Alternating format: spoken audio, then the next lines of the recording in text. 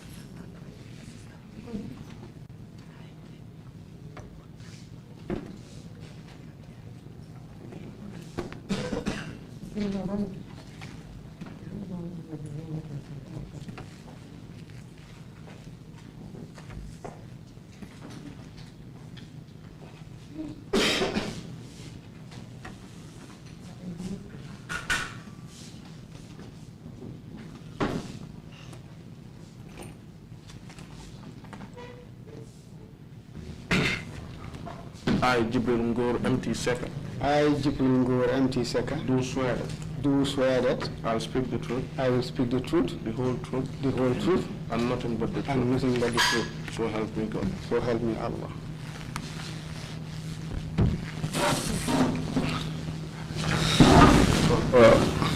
Mr. Secka, welcome to the TRRC. Thank you very much. Mr. Secka, we normally have the proceedings interpreted in one of the local languages. In which language would you like your testimony to be interpreted into? In Wolof, Council. The Wolof interpretation book, are we set? Yes. Thank you, Mr. Secka. You've just taken an oath to speak the truth. Mr. Secka, and may I remind you that it is a criminal offense to lie under oath in this country. It is also an offense to provide false or misleading information to the TRRC.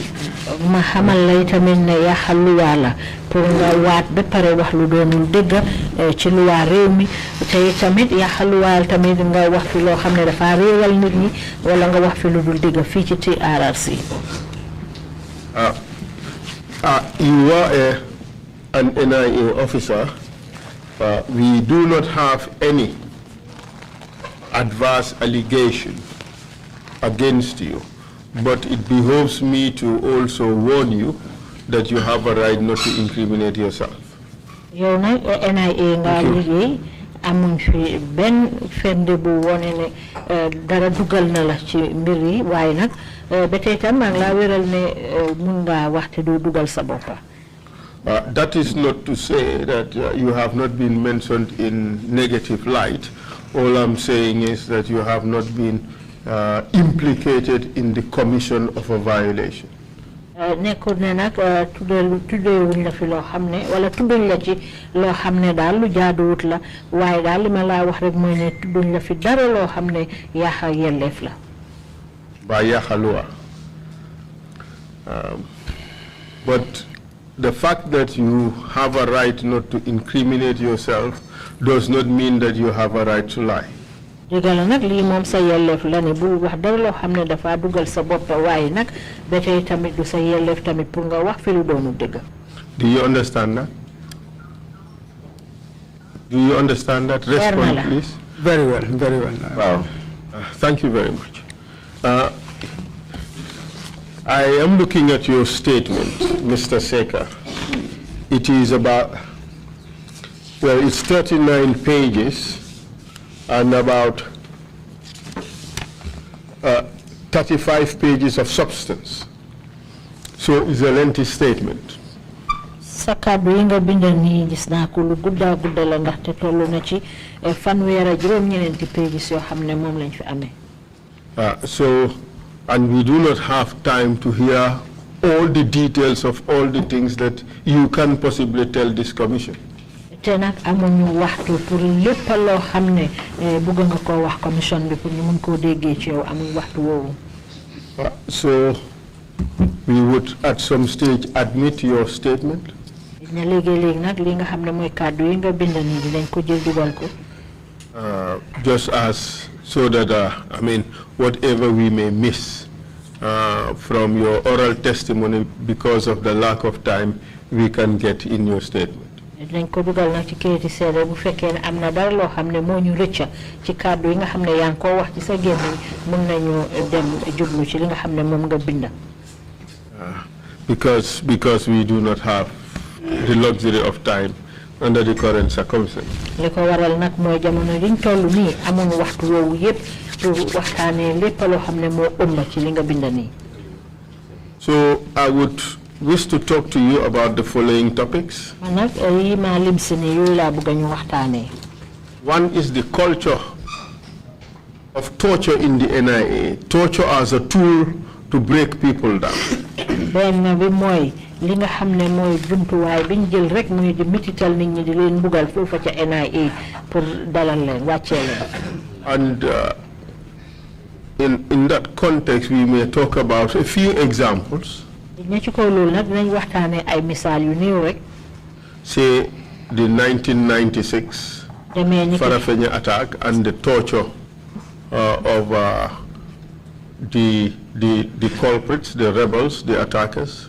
dinañ waxtaanee nag songa ga nga xam ne moom lañ defoon ca Farafenni ak it mitital gi nga xam ne def nañ ko ñooñu nga xam ne ñoom lañ fa jàppoon mu di ay rebel. The torture of Izad Faraj and Musa Diop. mitital giñ teg ci kaw Issa Faraj ak Musa Diop bi dinañ ko waxtaanee. Just as examples. yooyu ay misaal la rek. And any other one you may know about and you would wish to tell the commission. ak leneen loo xam ne sax xëj na yow xam nga ko te nga bëgg koo nettalil commission bi. We would wish to talk about the 2006 Ndur Cham coup d'etat and the arrest, torture and detention of the suspects. bëgg nañoo waxtaanee tamit li nga xam ne moo di coup d'état Ndur Cham boobu xewoon 2006 ak jàpp boo xam ne jàpp nañ ñi nga xam ne ñoo ci bokkoon ak mitital biñ leen teg. Including your own arrest and detention relative to this issue, regarding the same issue. bokk na ci sax yow mii jàpp biñ la jàppoon ci mbir moomu nga xam ne moo xewoon 2006. And the Daba Marena issue. ak mbiri Daba Marena. And your arrest, detention, torture, and final conviction. ak liñ la jàpp teg la benn béréb ak mitital liñ la teg gannaaw boobu nga xamee ne ci la la yoon daan. Regarding the 2009 alleged Langtombong Tamba coup d'etat. lu aju ci 2009 coup d'état boobu ñu ne Langtombong ci la bokkoon. But before all that, we would want you to talk about the 2005 arrest and detention of migrants from West African countries. Bala lolu nak dinañ bëgg ñu ñëk waxtané atum 2005 japp bi nga xamé né jappon nañ ko ay tukki kat mu ay doxandem yo xamné ñu ngi leen téwon té ñu bayé ko ci ay réew yu nekk ci Afrique sowu jant. These are the topics, the investigations reveal that we should talk to you about. Li dal ñi doon def gëstu yi li lañ feñal né yi mom lañ wara sukkandiku pour waxtané ko ak yow. Are you prepared to proceed? Are you ready? Paré nga nak pour agalé. Yes, Council. Well, Council. Full names, please. Name, full names and residence. Sa tour ak sa santa ak fan nga dikka. My names are GIBRIL NGORR SECKA. maa ngi tudd GIBRIL NGORR SECKA.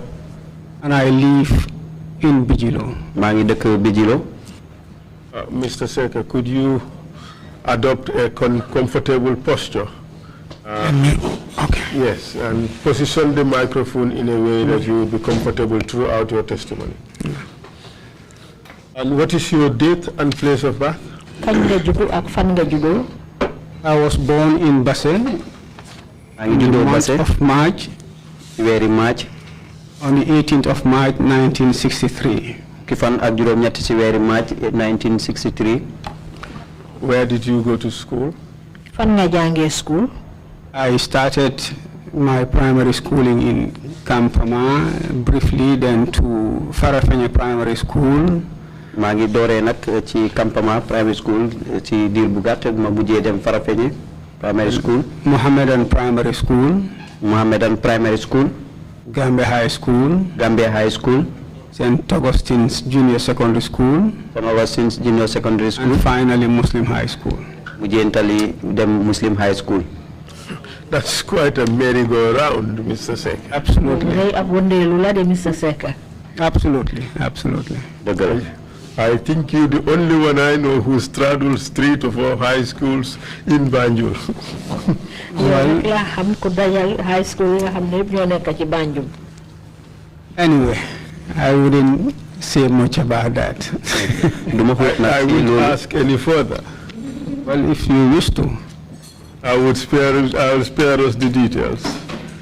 But equally, you went to school in several towns of this country. Basse, Banjul, Farafenni, and possibly many other places. Why is that? Amna school ci bari yo xamne jaar nga ci nak ci ay dëkk yu bari fi ci biir réew mi Basse, Farafenni, Banjul yépp lu ko waral? I was born in Basse. My father was a police officer. maa ngi juddoo Basse te suma papa police officer la woon. He was posted in Basse in 1963 when I was born. ñu koy yóbbu woon Basse di fa liggéey te atum 1963 jamono bi ñu ma juddoo. Then we were in Bakau, then Banjul. Then I went to Kampama Primary School while he was in Banjul. ñu ngi woon Bakau Banjul ma dem na Kampama Primary School jamono bi nga xamee mu ngi Banjul. He was posted in Farafenni in 1969. ñu toxal ko Farafenni ci atum 1969. Or 69, 70 thereabout. Then I also diggante had 69 ak to 70. go to Farafenni Primary School. kon nag foog si rek ma jàngee Farafenni Primary School. Then he was back in 1972, I think. mu dellusiwaat ci boori 1972. Then I went to Mohammedan Primary School. ma dem Mohammedan Primary School. That was why I went to these schools. moo tax ma nekk di toxal ci school yooyu. Great. When did you finish O-level? Kañ nga jeexal O-level? In 1985. atum 1985. And in which school? Ban school la woon? Gambia Muslim High School. Gambia Muslim High School. What did you do after that? Gannaaw loolu loo def? Immediately I finished school, I joined the police force. Gambia ma Police Force. jeexalee nag school ci laa dem dugg police. And tell us about your career progression very, very briefly, Mr. Secka. Very, very briefly. We have a lot of topics to cover. wax ñu ci sa wàlli liggéey nag ci nga jaar waaye nag nga tënk ko mu gàttal. After my recruit training in 1986, I was posted at the first as a general duty officer on special duties. gannaaw suma njëlbéenu njàng ci bunti liggéeykaay police nag ci lañ ma yóbbu ci general duty. On special duties. on special duties. Then I was transferred to the then special branch. ci gannaaw lu nag ci lañ ma toxal nag ci special branch bi. After about a year and a half, we were moved to the then National Security Service at the Office of the President. ci diirab benn at ak genn wàll ci la ñu yóbbu ci National Security Service ci Office of President. Who was affected, you and who? yow yaa kan?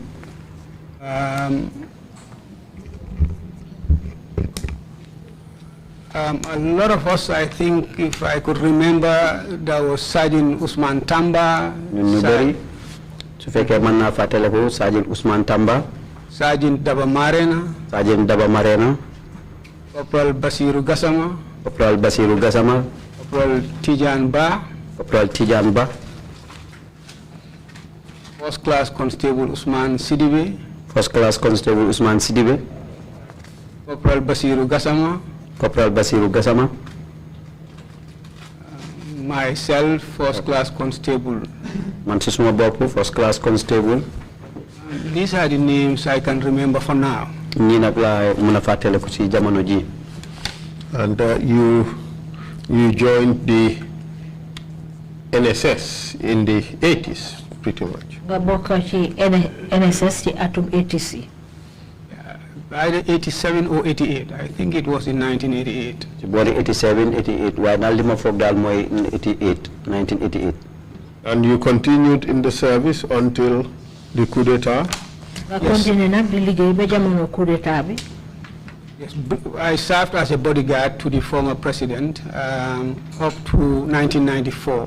Nekkoon naa bodyguard ci ki nekkoon président jamono boobu ba atum 1994. And then? Then we moved to the NIA. Naa loolu nag ci la ñu toxu nag ci NIA bi. Tell us the positions you held in the NIA and the dates. Wax ñu place yi nga yore woon ci NIA ak bés yi. I think less than a month after the coup, sometime in August, I was posted at the seaport. Lu gën a néew nag benn weer gannaaw coup bi ci lañ ma yóbbu nag ci seaport bi. I can't remember the day. Ma fàttaliku nag bés bi. That's fine. Proceed. And I was the head of the liaison office. I was there alone in the beginning. Man kenn nag maa fa nekkoon ca njëlbeen nekkoon nag ki nga xam ne maa fa toogaloon buntu liggéeykaay bi foofu. Then I think 3 other officers were brought in to increase the strength. Yeneen ñetti officers ñoom itamit indi nañ leen fa. Then in 1995, December 1995, I think 23rd December 1995, I went back to the NIA headquarters. Ci ñaar fukki fan ak ñett ci weeru December 1995 ci lañ ma toxalaat nag ci makkaan gu mag gi di bu NIA bi. I was posted at the counter espionage unit. Ci lañ ma yóbbu nag ci bànqaas bi nga xam ne nii ñooy xeex mbiri yëdu counter espionage. As assistant officer commanding. Ki nga xam ne nag moo topp ci kilifa gi ko jiite. I served for about a year or 2. Nekk naa fa ci diira benn at wala ñaar. In 1998, I was posted at the political and religious and political unit. Ci atum 1998 nag ci lañ ma toxal ci bànqaas bi nga xam ne nii ñooy saytu lu jëm ci mbiri politique ak wàllu diine. As head of section. Nga xam ne nii maa ko jiite. After a year. Gannaaw benn at. In 1999. Ci 1999. I was sent to the Foreign Affairs, to the Ministry of Foreign Affairs. Ci lañ ma yóbbu nag ci ministre bi saytu wàllu doxalini bitim réewi Gambia. Orientation in preparation to be posted in one of the embassies. Pour nag waajal nag ci jamono ji nga xam ne dañ ma war a yóbbu ci benn ci embassy yi. I was there up to 2000. In February 2000, then I was posted to Sierra Leone as second secretary. Ci jamono boobu nag nekk naa fa ba atum 2000 ci lañ ma yóbbu nag ca Sierra Leone ma nekk assistant secretary. Second secretary. Second secretary. After 4 years. Gannaaw ñeenti at. In 2004. Ci atum 2004. March 2004. Ci weeru March. I came back and I was appointed director of operations. Ci laa wuññeekuwaat nag ñu daldi ma fal di kilifa gi nga xam ne maa jiite bànqaas bi saytu wàllu doxalin yépp lu aju ci wàllu liggéey boobu.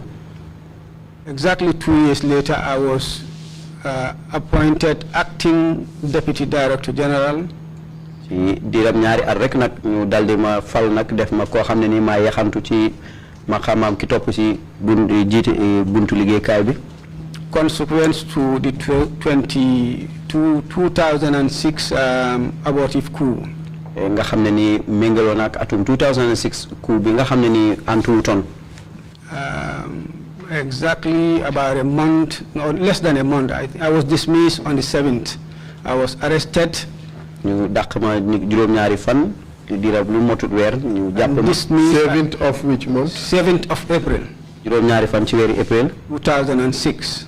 2006 I was arrested, ñu jàpp ma subsequently dismissed, ñu daldi ma dàq tamit gannaaw loolu and detained at the Mile 2 Central Prisons. ñu daldi ma denc nag si kaso bu mag gi nekkee ci yooni Banjul di Mile 2 We would come into all that. loolu yëpp dinañ ci ñëw. Now, Mr. Secka, you were there at the inception of the NIA. léew yaa nga fa woon ba ñu commencé NIA. That is correct. waaw loolu noonu la. Can you tell us the major differences between the NSS and the NIA? di ñu mën a wax uute bi nga xam ne moo nekk diggante NSS ak NIA. Well, it's very vast. yaatu na lool. At the NSS, ci NSS bi it was entirely a professional intelligence collection unit, agency. It was entirely for intelligence collection. buntu liggéeykaay boo xam ne ni nag lu màcc la woon ci lépp loo xam ne muy jël ci wàllu seetal xal lu jëm ci mbiri liggéey service.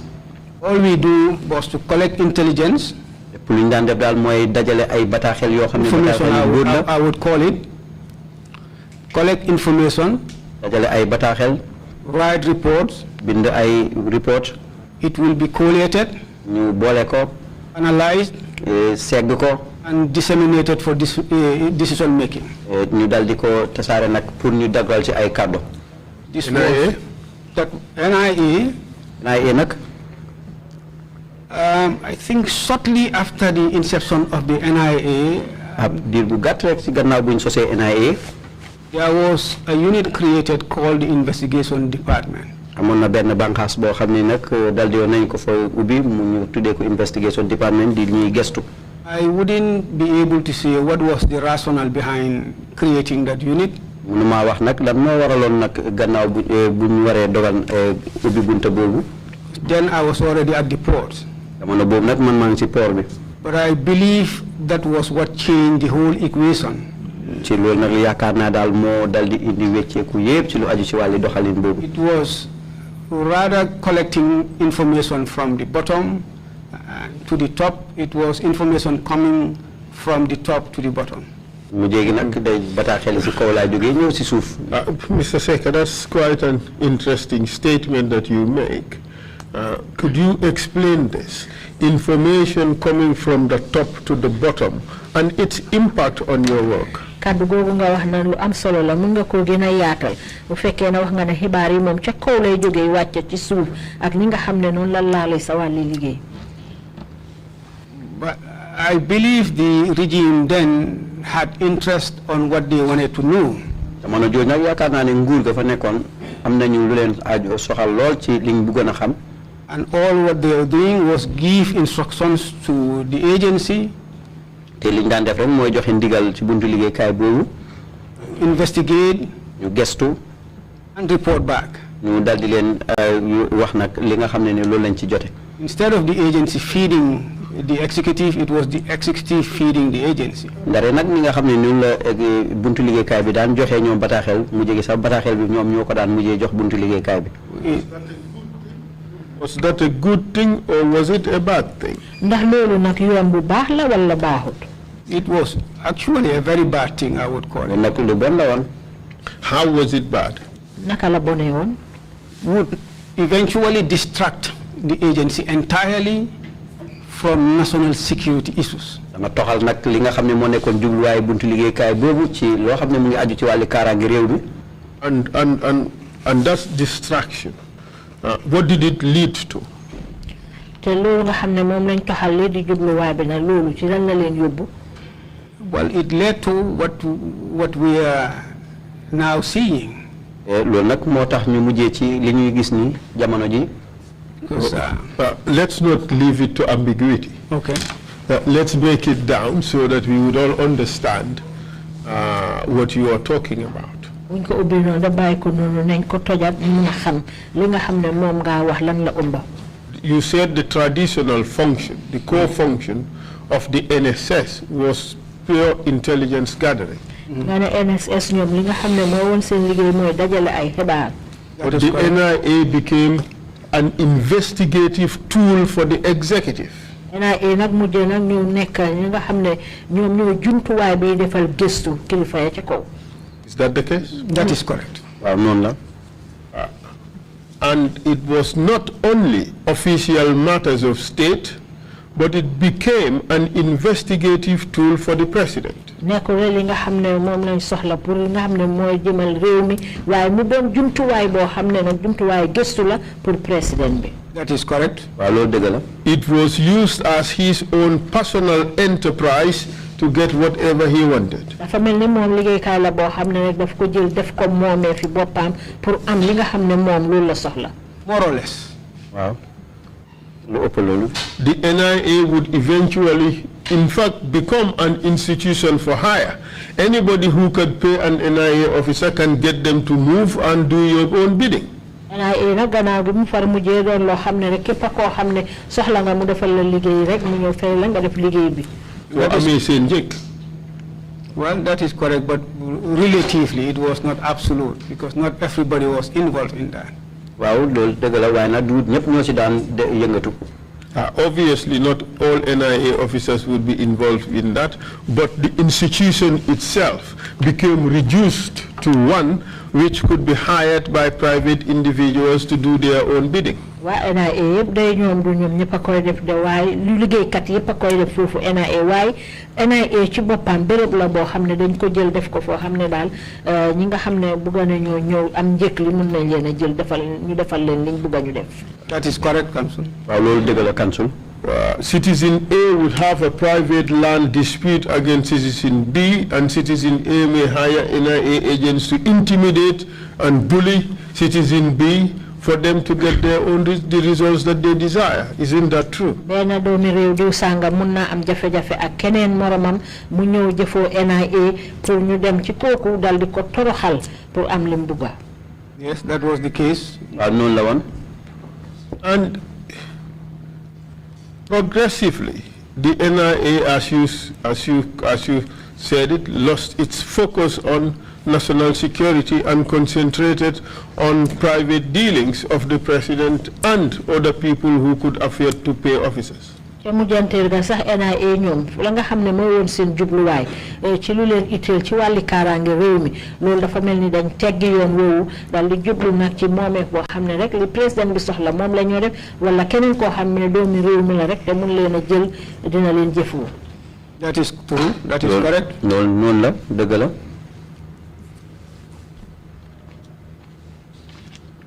In implementing the directives of the president, the NIA knew no bounds. They would do anything to get the results he wanted, true or false. pour doxal li nga xam ne nag moom la président bi bugga ca mujjanteel ba NIA ñoom niñ mujjee wa amul fenn amul benn dayoo ñoom daal li président bi soxla fu mun a toll rek ñoom loolu la ñuy def.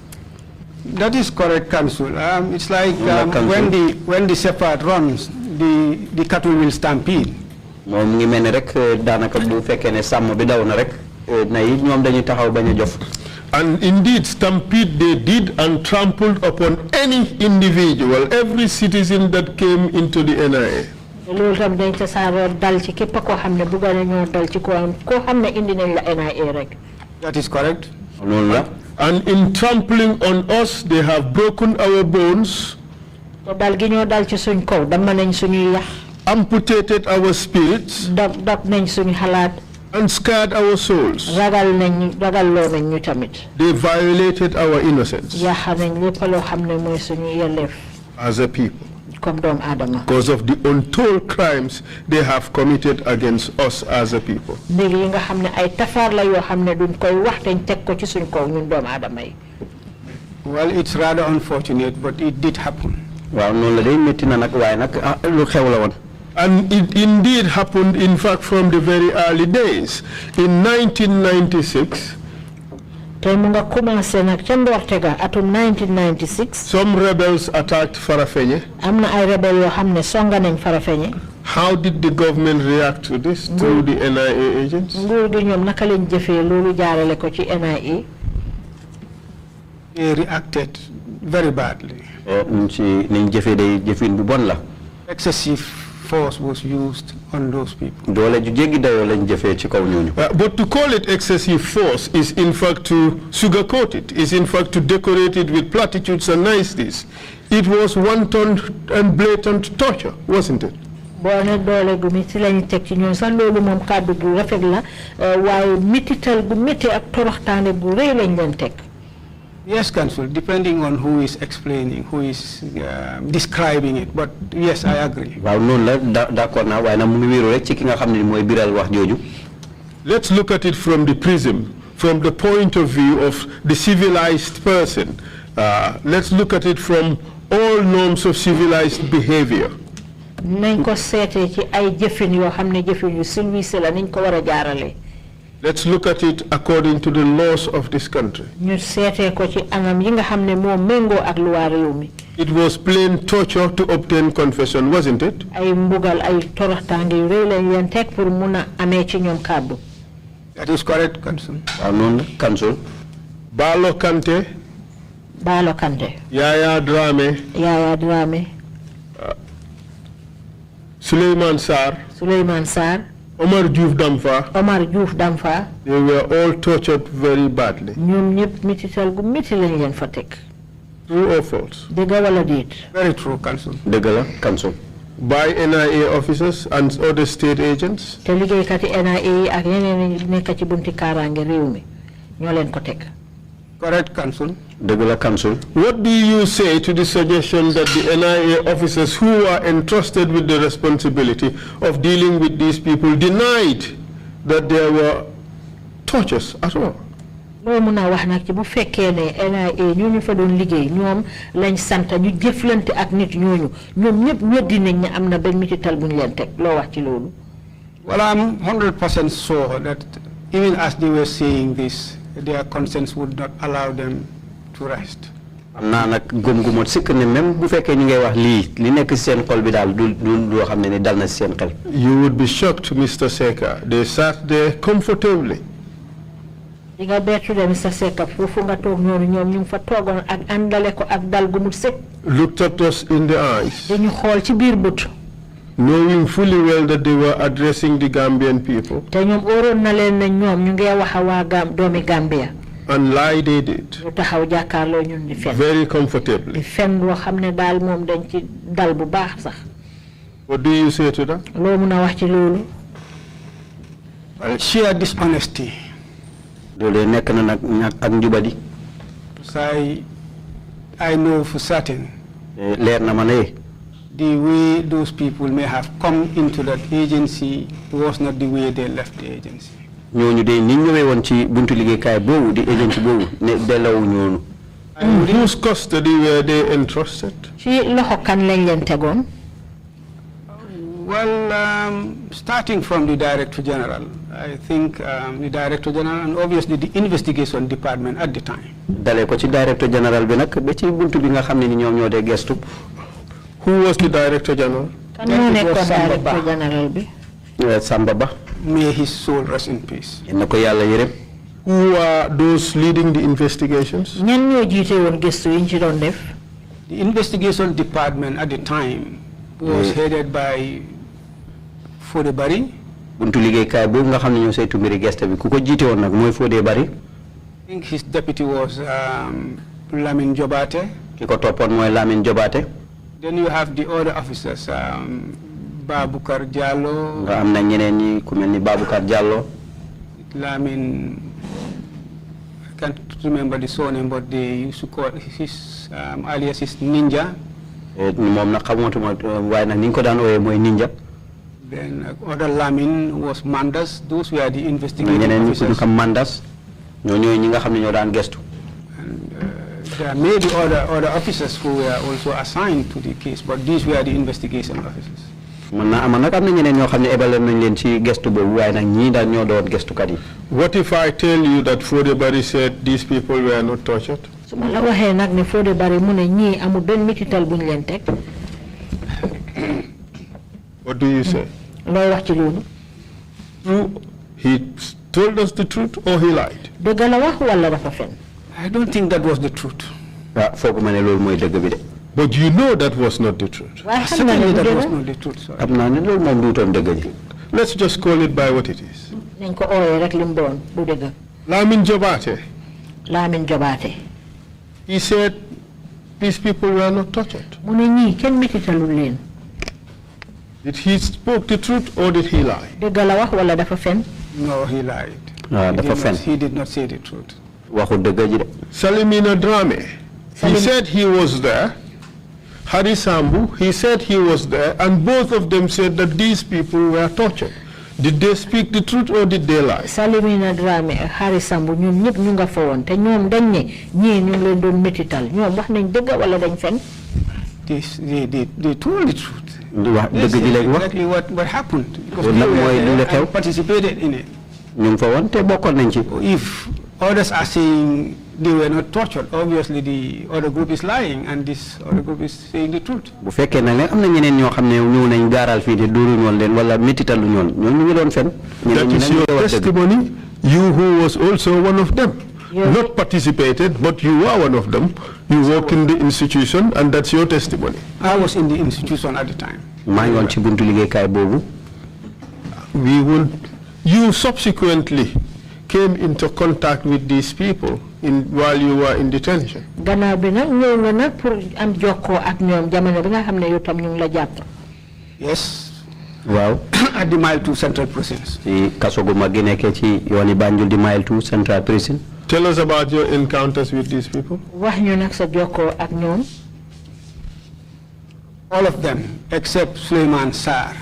ñoom ñëpp ba mu des Suleiman Sarr. Particularly Balo Damfa, Balo Sedikan. Surtout nag Mballo Sedikan. Him, I had lots of interaction with him. moom nag am na yu bëri yoo xam ne nii jokkoo naa koog moom. By Balo Sedikan, you're referring to Balo Kante? Is it? Balo Kante. Balo Kante. Balo Kante, not Sedikan. du Sedikan de Balo Kante. Yeah, Balo Kante, yes. He told me he was tortured. moom wax na ma ne nag ne daldi woon nañ ko méttital. Suleiman Sarr I saw, but he was in a stretcher at the time. Suleiman Sarr nag gisoon naa ko waaye jamono boobu mu ci pousse He had a broken leg. tànk bu damm la amoon. And he was not tortured. waaye nag méttitalu ñoon ko. Balo told me he was tortured. At the time you saw him? At the time I saw him. ci waxtu bi ma ko At the gisee. time I saw him. Okay. Did Balo tell you about any gruesome act of torture that was meted out on him?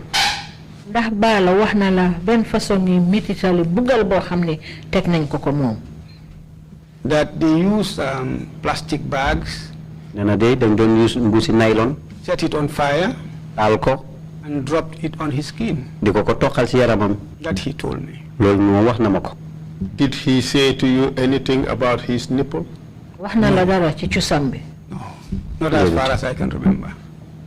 du ci li ma xam ne loolu laa mën a I fàttaliku. don't think he told me, but no. While in prison, did you hear that his nipple was cut off? yow ba nga nekkee ca kaso ba ndax dégg nga ne moom cosam bi dañ ko dog. No. déedéet. All right. But he told you he was tortured? Yes. waaye wax na la ne métital nañ ko. waaw. Yes, he told me. Now, let's move to 2005. léegi ñu jàll ci atum 2005. At this time, what position did you hold? jamono jooju yow ban na xaama nga yore woon. I was director of operations. jamono boobu nag maa jiite woon bànqaas bi saytu wàllu doxalini ak tëddalini buntu liggéeykaay boobu. And do you recall July 22nd, 2005? fàttaleku nga ñaar fukki fan ak ñaar weeri July 2005. Yes, I do, but I think it was 23rd. waaw yëg naa waaye nag yama fooy daal ñaar fukki fan ak ñett la woon. I stand to be corrected because on some of the information I have, I saw 23rd. mën nañ ma jaajante nag waaye nag lim bataaxel yi ma gis daal mooy ñaar fukki fan ak ñett. I remember. yi ma mun a fàttaliku mooy ñaar fukki fan ak ñett. But do you recall the festivities of the July 22nd? waaw fàttewaleku nga xumbeel yi nga xam ne ñu ngi ko doon def. For July 2005. pour Yes. 2005. Wow. Yes, I remember. waaw mun naa koo fàttaliku. Do you recall how the festivities were celebrated? xamoon nga xew-xew boobu naka lañ ko doon màggalee. It was a cultural display. nekkoon nag po am aada. Where about? fan. At the 22nd July Square. ci baye bu nekkee ci Banjul ñu xamee ko 22nd July Square. Otherwise known as? Makati Square. ñu xamee ko Makati Square. How did you come to be involved with the activities of that evening? ngoon boobu yow naka nga bokkee woon ci yëngu yi nga xam ne moom lañ fa doon def. As Director of Operations. comme ni Director of Operations. Most of the time. si yoon yu bari nag.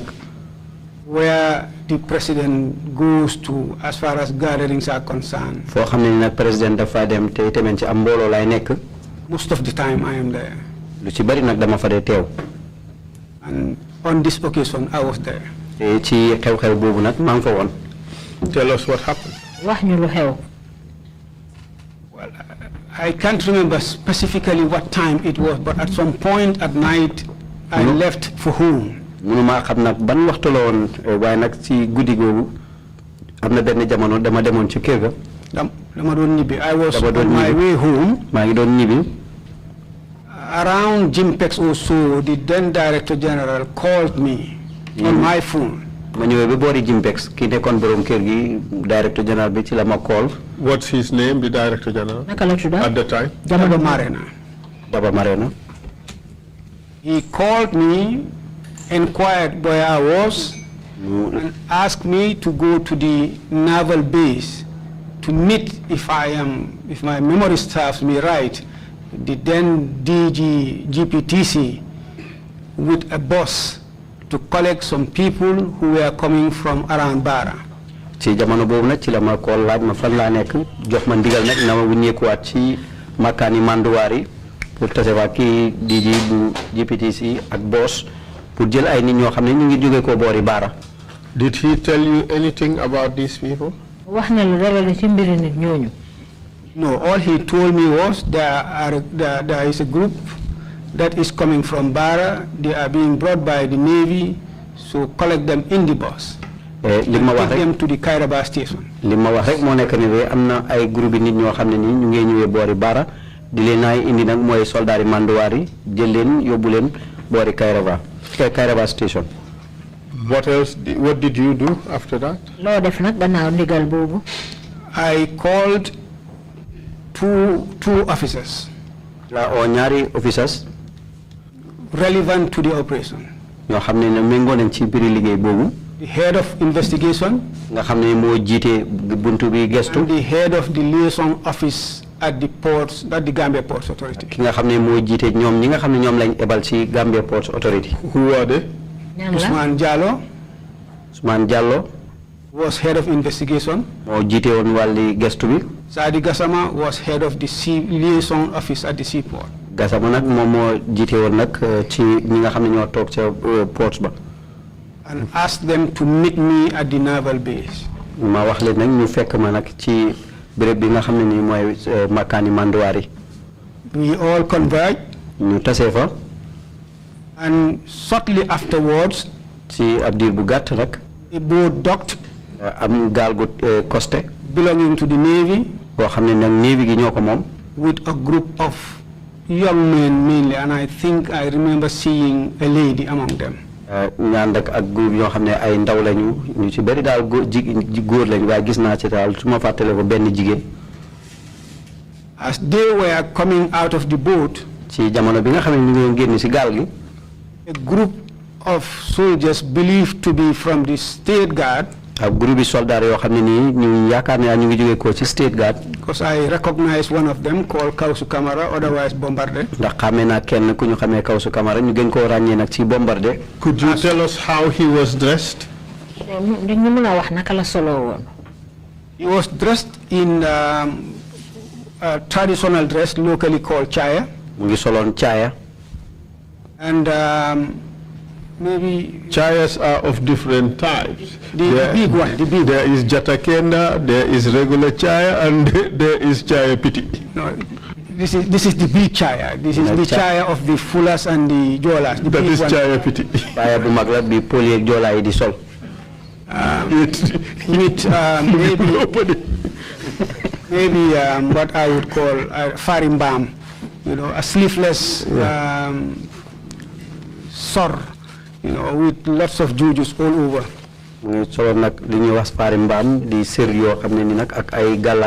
Ready for a performance? I think he was performing at the Makati Square, Makati Square, then July 22nd Square. I think he was part of the performance. And the euphoria continued when he arrived there. Immediately they arrived, they started seizing these people. I was trying to talk to one of them, and the response was not very pleasant. How did he respond?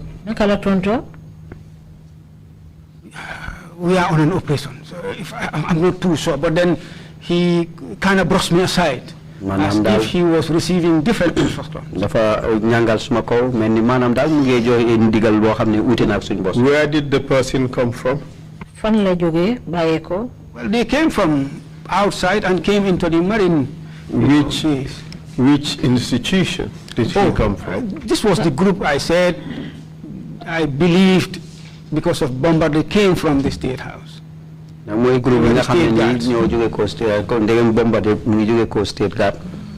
these people, from whom do they receive their orders? I believe from the president. Proceed. So immediately they came, they seized these people, started handling them, kicking. Some of them they could. Jëflante ñoom daal di leen jëflante wu ñoom ñii dañ leen dóor ñii dañ leen takka ñii ñuy dal seen kaw ñii ñu leen a dóor ñii ñu takka leen. Then put them in the bus. ñu dugal leen ci biir bus bi. Were they accounted for? Konte woon nañ leen. They were. Konte woon nañ leen. They were. From your recollection, do you know how many there were? Ci li nga mën a fàttaliku xamoon nga ñaata lañ. At the Kairaba station, all their names were written. By the grace of God, I have the list. Manna from heaven. Alhamdulillah, Could you send me the list? Holy cow.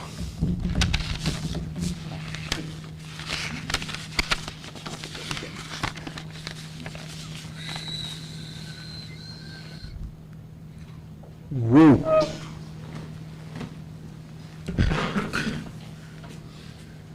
Could you tell us how this list was compiled? It was at the Kairaba police station. Police station.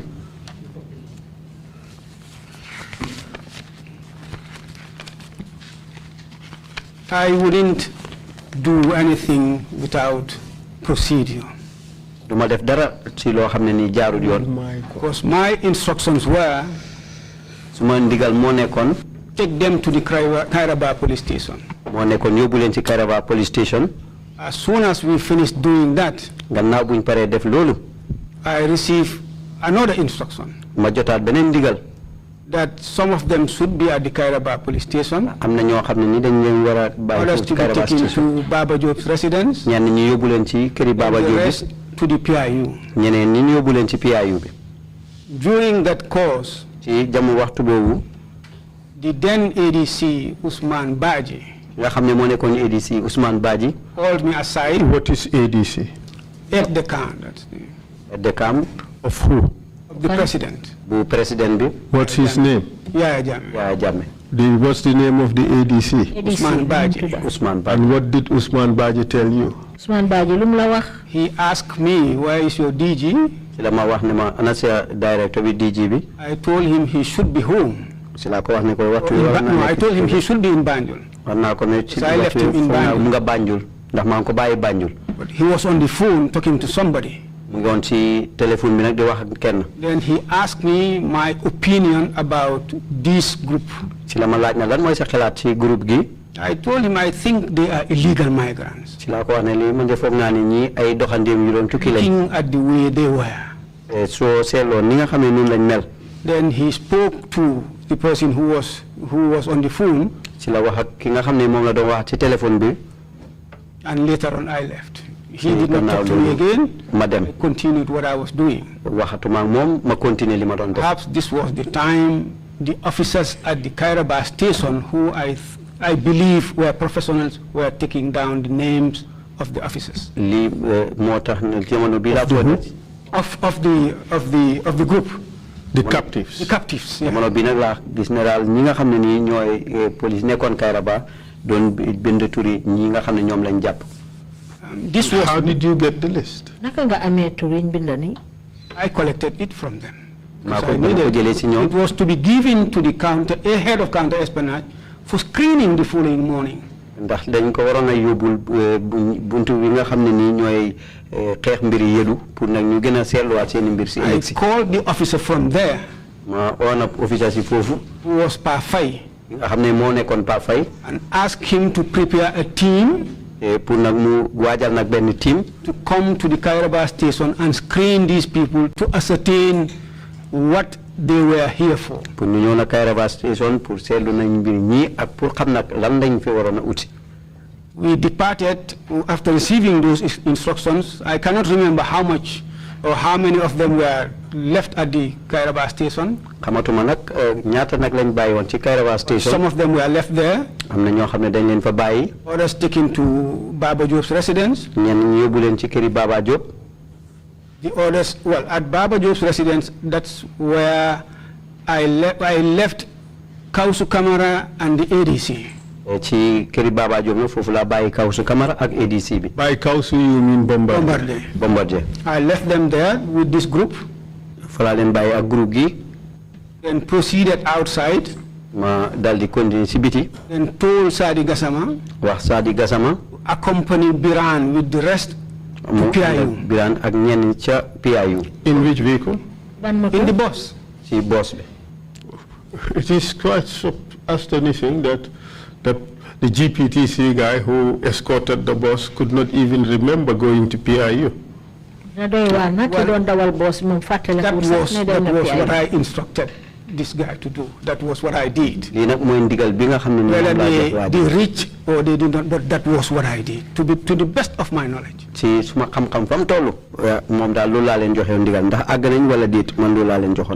Then I put Usman Jallo in my car. He was living in Sukuta. Who's Usman Jallo? Usman Jallo was the head of investigation at the time. I drove him to where he lives, around the Sukuta graveyard, where the dumping site. He used to live there. It was late. I told Sari, go with these people since you live around Sukuta, you live around Serekunda. Then Usman, let me drop you. Then go home in Bijilo. Usman suggested that he drove his own car. Usman de dafa ne moto bopam la don dawal. This is what I did. Lila def. Usman could not even remember leaving anybody at Kairaba. Usman fatale ko maybe he has missed the facts, but I definitely, for some reason, this is miraculous, I definitely had a feeling and belief that one day something like this will happen. And there are people that I told, not specifically, that whatever we're doing, one day, sometimes I would go and give a statement. If it is not investigated today, one day it will be investigated. Maybe those people are hearing me and can attest to what I'm saying. I wouldn't say I know specifically that this was going to happen, but I had a belief, my faith in my religion made me believe that someday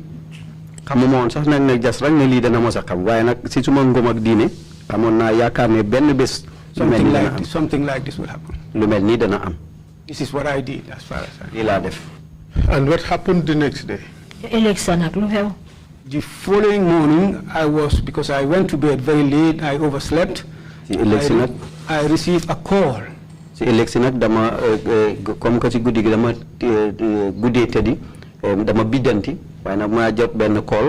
From the liaison officer in Tangi. I cannot remember for now. moo nekkoon ki ñu toogaloon ca Tànje te ku ma fàtte naa turam. who called me and said there are corpses around the Ghana town at the forest. la ma wax ne ma day am na ay ñiw yoo xam ne mu ngi ci boori ci Ghana town ci boori foore bi. I drove off. I just got up, dressed. la jóg rek solu. Drove to Ghana town. daw dem Ghana town. Went and saw these corpses. ma dem gis nag ñiw yi. Shortly afterwards, they were put on board an ambulance. gannaaw loolu tuuti rek ñu dal di leen dugal ci benn ambulance. Who made that arrangement, I don't know. ku def nag mbir moom ku ko sottal xaw ma ko. And they left for Banjul. ñu dal di continuer dem Banjul. I think when I was still, thank you. I think when I was still in Budford, the head of counter-espionage called me. yaakaar naa ba ma nekkee Budford ba tey rek ak ki nga xam ne ni moo jiite woon buntu bi saytu wàlli xeexam yëdu counter-espionage woo ma.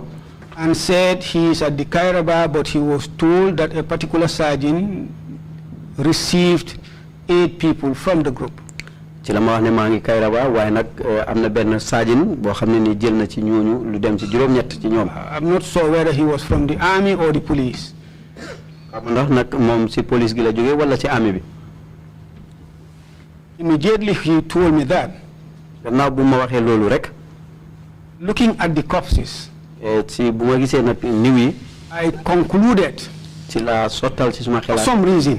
ne ci ay yenn dogal. That this may be the same group that was removed from the Kairaba. lii xëy na mooy groupe gi nga xam ne ñoom lañ génnee ci Kairaba. There and then I told him, I think we are not in control of this. Let's stay out of it. ci jamono boobu nag ci laa ko nekk daal dafa mel ni lii nekkul loo xam ne ñun ñoo ko saytu kon nañ ci seetal suñu bopp. That was the last thing I knew about this. boobu mooy lu mujjee ci loo xam ne ni xam naa ko ci mbir yi. What did you do with the list that you took? It was home, but really I just saw it when I was just released in 2015. All my documents were packed in one box. How did I just miss it? I can't remember. But I saw it in my documents. And I took it and gave it to somebody for safekeeping, knowing that one day this will happen. Well, happen it did. Mr. Chair, may I approach?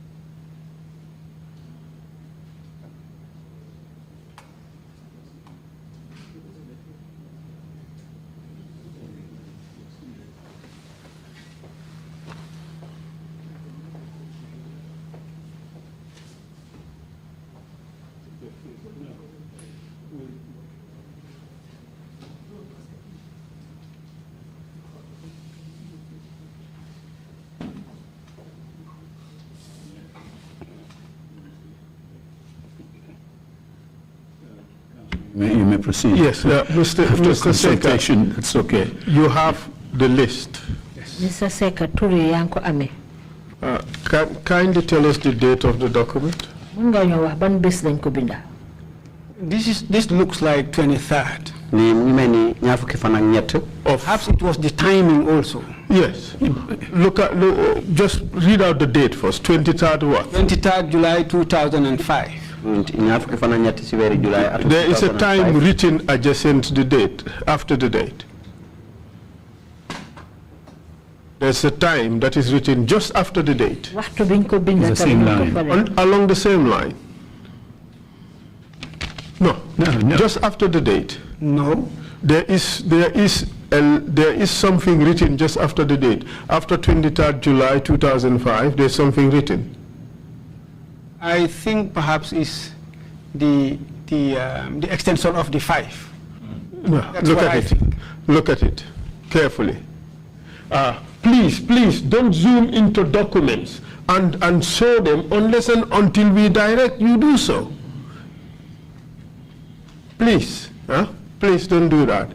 Because if the document is treated as confidential, you would have already disclosed it by showing it on TV.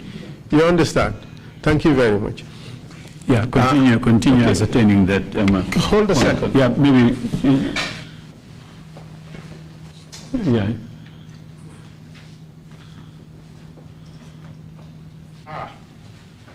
Okay, I see what you mean.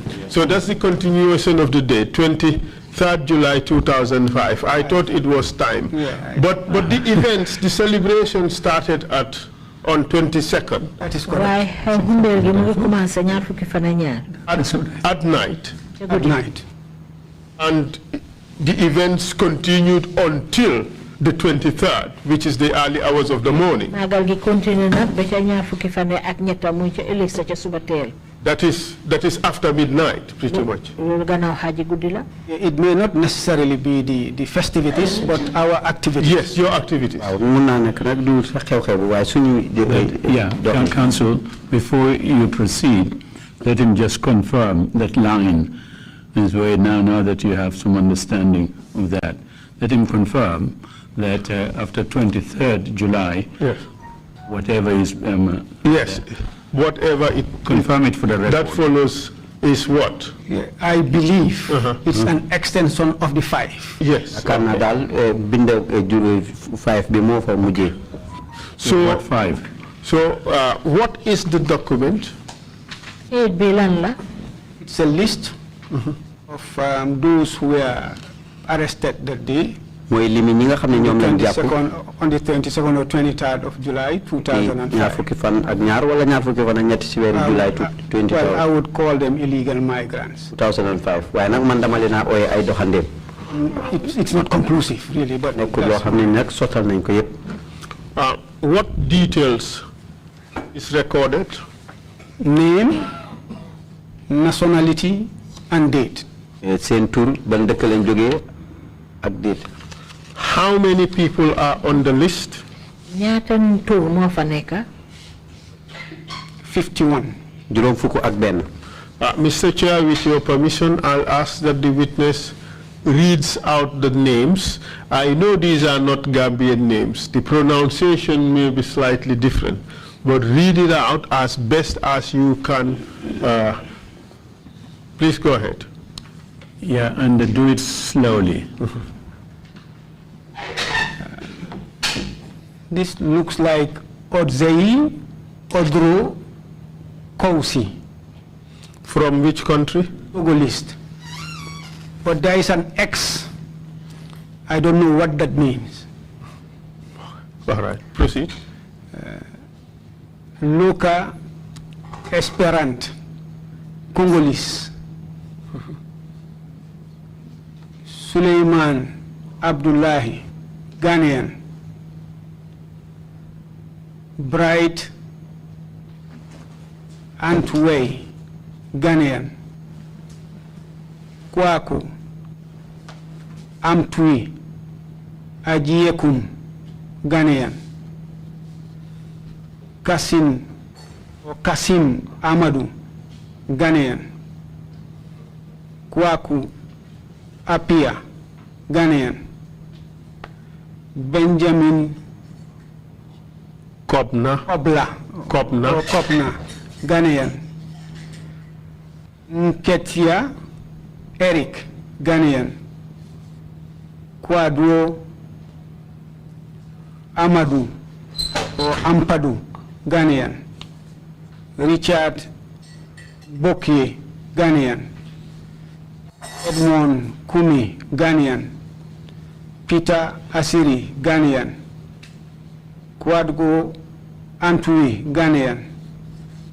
Kiere Martin, Ghanaian. Peter Mensa, Ghanaian. Emmanuel Nati, Ghanaian.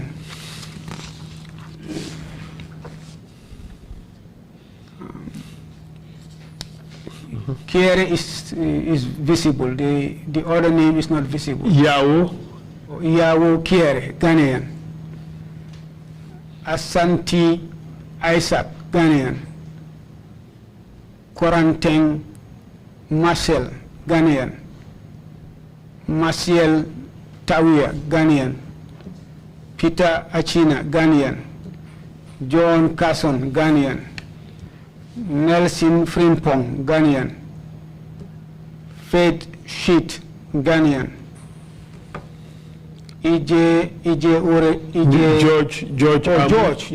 George Amo, Ghanaian. Aruna Mensa, Ghanaian. Mohammed Bayo. Is it Mensa or Musa? Musa, Ghanaian. Mohammed Bayo, Ghanaian. Johnson Ajiere, Ghanaian. Joseph Mensa, Ghanaian. Juju Mengs, Ghanaian. Richard Body, Ghanaian. Is it Richmond? Richmond Body, Ghanaian. By Daniel, Ghanaian. Samuel Solomon, Sierra Leonean. Hassan Conte, Sierra Leonean.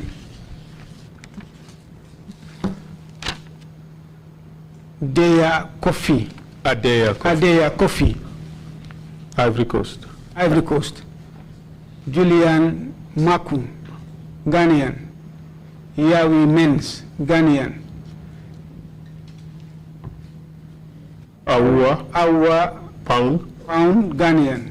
Osei Daniel, Ghanaian. David Gibson, Liberian. Mamadou Korka Diallo, Senegalese.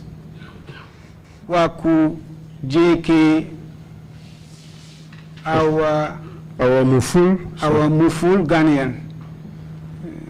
Tanu Janet, Ivorian. John Ameze, Nigerian. Ismail Lakon, Senegalese. Abegbo Yahweh, Togolese.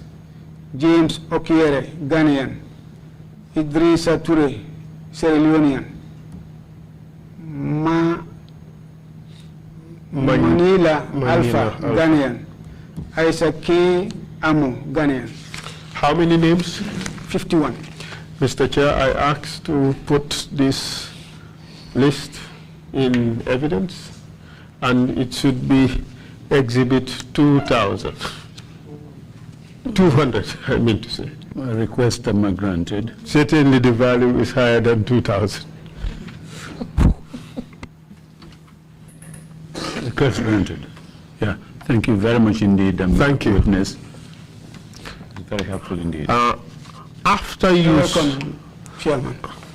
After you saw these 8 bodies at Burfoot, whereabout did you say? Gannaaw boo gisee juróom-ñetti nit yi Burfoot ban boor nga waxati sax? At the crossroad, the one leading to the beach side and the one going into Ghana town. Behind, I think there is either a police station around that vicinity. So this happened close to Ghana town. Pretty much it's only the road separating Ghana town from the bush where the bodies were found. dafa melni dafa dend ak Ghana Town dafa melni daal yoon wi rek moo xaajale Ghana Town ak ci àll bi nga xam ne foofu lañ leen fekk. That is correct. waaw noonu la. You are a top investigator. You have a lot of experience in intelligence issues. am nga xam-xam lool ci nga xam ne moo aju ci mbiri ay gëstu. Do you have a theory, a reason why these bodies were in fact found just a stone's throw away from Ghana Town? ndax am nga dara loo xam ne ci nga mën a sukkandiku lu mën a wane lan moo tax ba niw yi ñu fekk leen foo xam ne rek sorewul sax ak Ghana Town. That would be difficult, Council. dana jafe. Let me try. ma jéem. Okay. To disguise the fact that these people were arrested from elsewhere, to make it look like these are just Ghanaians who may have been killed as a result of something that happened just across the road, Ghana Town. loolu mooy rek pour laxatu dañ ne ñoom jàppuñ leen woon pour wane rek ne nit ñi foog ne ñii dañ leen reyee fi nga xam ne soriwul sax muy Ghana Town. Well, perhaps yes, it makes sense to mën naa nekk some people, yes. mën naa nekk loo xam ne sax mën naa dal xel ñenn. That's plausible, isn't it? Yes, it's a plausible denial. waaw mën naa nekk nag loo xam ne ni dañ ko wéeru pour weddite. But when you saw these bodies, it immediately occurred to you that these could be, in fact, Ghanaians who are among those who were arrested. ba nga gisee niw yi rek ndax xam naa ñàkkul xalaat nga ne ñii day mun naa am ne waa Ghana yi nga xam ne bokkoon nañ ci ñi jàppoon lañ. Immediately no, until I receive this information from Mr. Faye. ci bu njëkk bi lay déedéet ba bi ma jotee bataaxel bi si Mr. Faye. What message did you receive from Mr. Faye? Mr. Faye ban xibaar nga jotee ci loxoom. That he went to the Kairaba station. dem na ci Kairaba station. Just to be informed. ñu yëgal ko fa ne. That 8 people were collected from the group. lu dem si juróom-ñett si groupe yooyu jël nañ leen. Did he say who took them? wax na la ñan ko fa jëlee. I think he told me a sergeant, whether a sergeant from the police or from the army, I cannot remember. It's been a long time. wax na ma naal benn sergeant. This is quite honestly miraculous. Police la wala si soldat gi la jógee. He told me it was a sergeant. waaye li ma wax daal mooy benn sergeant la. And of course, the number of corpses you saw were 8. ñëw yi nga gis ñaata lañ juróom-ñett. So that raised the suspicion in your head and the way they were dressed too. ak si anam giñ solo woon. So what conclusion did you arrive at? léegi nag yooyu lan nga dal di jàpp nag rek ci sa xel jamono boobu. All I said was, this must be the same people that were arrested and taken to the station. ñii de ñooy ñi nga xam ne ñooy ñi jàppoon yóbbu leen si station bi. Since we couldn't do what we are asked to do, comme que mënuñoo def lu lan lañ ñu santoon pour ñu def. then let's stay out of it as an institution. nañ génne suñu bopp ci loolu ci ni ki buntu liggéeykaay. Was my decision. loolu moo doon suma dogal. And you stayed away from And it. I since stayed then. away from it. nga génne sa bopp daal ci mbir mi. Well, thank you. The list saved itself. Alhamdulillah. And here we are, thank God. We hope that the family members of these victims would be able to find some degree of closure, that this is perhaps the fate that has befallen their loved ones. sant yàlla alhamdulilah bañ jotee tur yi nga xam ne moom nga ñu jox nii loolu dina tax sax mun a dimbale seeni mbokk ñu mun a xam ne fi mu nekk nag ñu gëm ne lii daal mooy li nga xam ne moo daloon seen ay nit.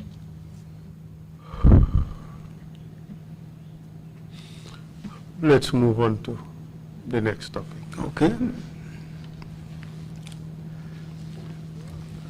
Your Director General Yes. I was think Daba Marena Daba at the Marena, time. yes. My Director General was Daba Marena. Did you report to him? I did the ndax following waxoon nga day. ko li xew. waaw Because it was a weekend, I did the following day during our briefings, our morning briefings. ci beneen bés mi nag ci jamono bi nga xam ne ci dañuy xëy daje. I reported exactly what I saw ci laa ko wax nag yëpp li nga xam ne loolu laa gis in our morning briefings. ci suñ dajoo bi nga xam ne moom la ñuy waxtaanee ci suba gi. Very well, Captain Sen was even the one asking questions, I remember. maa ngi fàttaliku sax capitaine Sène moo nekkoon ki nga xam ne moo doon laajte. Did all of you arrive at some conclusion as to the relationship between the arrests and the deaths that were ultimately discovered? yéen ñëpp ndax mujjee woon ngeen nangu toog nag ci li bi nga xam ne ñoom lañ jàpp ak ñi mujjee gis. I can't even remember going into analyzing. man sax foog naa mënuma fàttaliku sax ndax àgg nañ fu ñooy seggee mbir yi wala ñu koy waxe. But in 2006, waaye just less than a year later, gannaaw loo xam ne sax matut at. a coup d'etat was foiled. am na coup d'état boo xam ne yàqoon nañ Ndour ko. Cham coup d'etat. muy coup d'état bu Ndour Cham ba. Yes, that is correct. waaw loolu am na dëgg la. Can you tell us what happened and how you came to be involved? ñu mën a wax li xew ak yow naka nga ci duggee. Yes, Council, I was on leave. waaw council jamono boobu maa ngi woon ci leave. I traveled out of this country around the 24th of February 2006. dama tukki woon génnoon réew mi ci boori février atum 2006. I went to Spain, ci laa demoon Spain. spent two weeks. ma am fa ñaari bés yu ay. I was suffering from a herniated disc at the time. dafa amoon naa gàllankoor daal. I was suffering from a herniated disc which I wanted to treat in Spain during this period. amoon naa benn feebar daal boo xam ne bëggoon naa ko faj ca réewi Spain ci waxtu woowu. That was not why I went. I was invited by a friend. duutoon nag loolu moo taxoon ma dem ndax amoon naa benn xarit boo xam ne moom ma fa fegoon. After 2 weeks, gannaaw ñaari bés yu ay. he told me he was coming back to the Gambia. ci la ma waxoon ne maa ngi dafa ñib si waa fii si Gambia. And since he was the only one that I know in Spain, ndegam nag moom rek moo nekkoon koo xam ne nii xam naa ko ca réewi Spain. leaving me there would be very boring. pour bàyyi ma fa nag foofa dana nekk daal loo xam ne nii dana ma tayaloo. He asked me if I have any friend or family whom I can spend the rest of my holiday with in any part of Europe. ci la ma laaj ndax am naa benn mbokk boo xam ne nii mën naa nekk ak moom li ci li des ci suma noppaleku bu foofu ci biir réewi tugal yi. During the course of thinking who ci and jamono where, xalaat kan ak fan. I was called by a friend called Malik Kamara. ci la ma suma benn xarit ku ñu xamee Malik Kamara call. I explained to him the circumstances ci laa ko waxal nag nekkin ba. and told him that I was even sick and wanted to do some treatment, wanted some attention or intervention in my health situation. ci laa ko waxoon ne ko sax de dama feebar te bëggoon ndimbal lu aju ci suma wàlli wér-gu-yaram. He told me that his wife is a doctor, that I can go to Germany and stay with him. ci la ma wax nag ni ma soxnaam daal docteur la woon te mënoon naa dem Germany nekk ak moom foofa. I talked to my friend who bought a ticket, then I went to Germany. ci laa wax ak suma xarit bi mu jëndal ma ticket ma daal di dem Germany. Whilst in Germany, just to sum it up, ci moo nekkee Germany pour ñu gàttal rek. on the 21st of March, ñaar fukki fan ak benn ci weeri March. I was called and informed that there was an abortive coup. ci lañ ma téléphone wax ma ne daal am na benn coup boo xam ne nii ñu ngi ko doon togg waaye antuwut. In fact, the first call was to congratulate me on my appointment. benn sax bi de call bi moo nekkoon pour oo ma ndokkale ma ci suma tànneef. To acting Deputy Director General. xam ne nii maa doon yaxantu ci kii maqaamaam ki topp ci directeur général bi. Then I was told about the coup. ci lañ ma wax itamit lu aju ci mbiri coup boobu. Well, I wasn't happy. na kontaanuma woon itamit nag. Because I was thinking of, quite honestly, getting out of the job and do something else. ndax boo wadee maa ngi doon xalaat nu may génne ci liggéey bi def leneen. All the same, I continued with my treatment. waaye nag dama continué woon rek ak suma faju gi. At some point, the doctors couldn't reconcile my age to the state of my health because I had a pelvic deformity as a result of a herniated disc. ci feebar boobu nag docteur yi mënu yoon a méngale li nga xam ne mu ngi jëm ci suma at bi ak li nga xam ne mu ngi jëm ci suma paj jamono jooju. And I couldn't remember that I fell down. te jamono boobu daal mënuma fàttale ko ne daanu woon naa. So they couldn't associate it to anything, so I was given an appointment. I requested for a month. ci jamono jooju da amuñ dara luñ koy mën a méngale ci la bindoon. The then Director General called me, I think about twice, Mr. Hari Sambu. ci ki nga xam ne moo nekkoon Director General bi nag jamono jooju woo na ma ñaari yoon Hari Sambu. To say that he couldn't do anything because he doesn't have an institutional memory. ci kaw loolu nag ci la ma wax ne mënu am dara lu moo def ndax amutoon nag loo xam ne nii xel mu selental la ci wàlli liggéey ba. Since my leave was coming to an end, ndax xam nga jamono bi nga xam ne su ma noppaleku bi sax mu ngi doon waaj a jeex. I told him I was coming back, I think 2 days later. ci laa ko wax ne ko maa ngi ñibbisi si diiram ñaari fan daal gannaaw loolu. Against the will of a lot of people, they thought I was committing suicide. ci loo xam ne daal neexutoon ñu bëri ndax ñu bëri foogoon nañu damay xaru si. But I thought I was committed to my work. waaye nag yaakaaroon naa rek dama nekkoon ko xirtu nag si suma liggéey. To my country. suma réew. And I had a clear conscience. te itam man amoon naa xel mu set. So that was why I came back. loolu moo taxoon ma ñëw.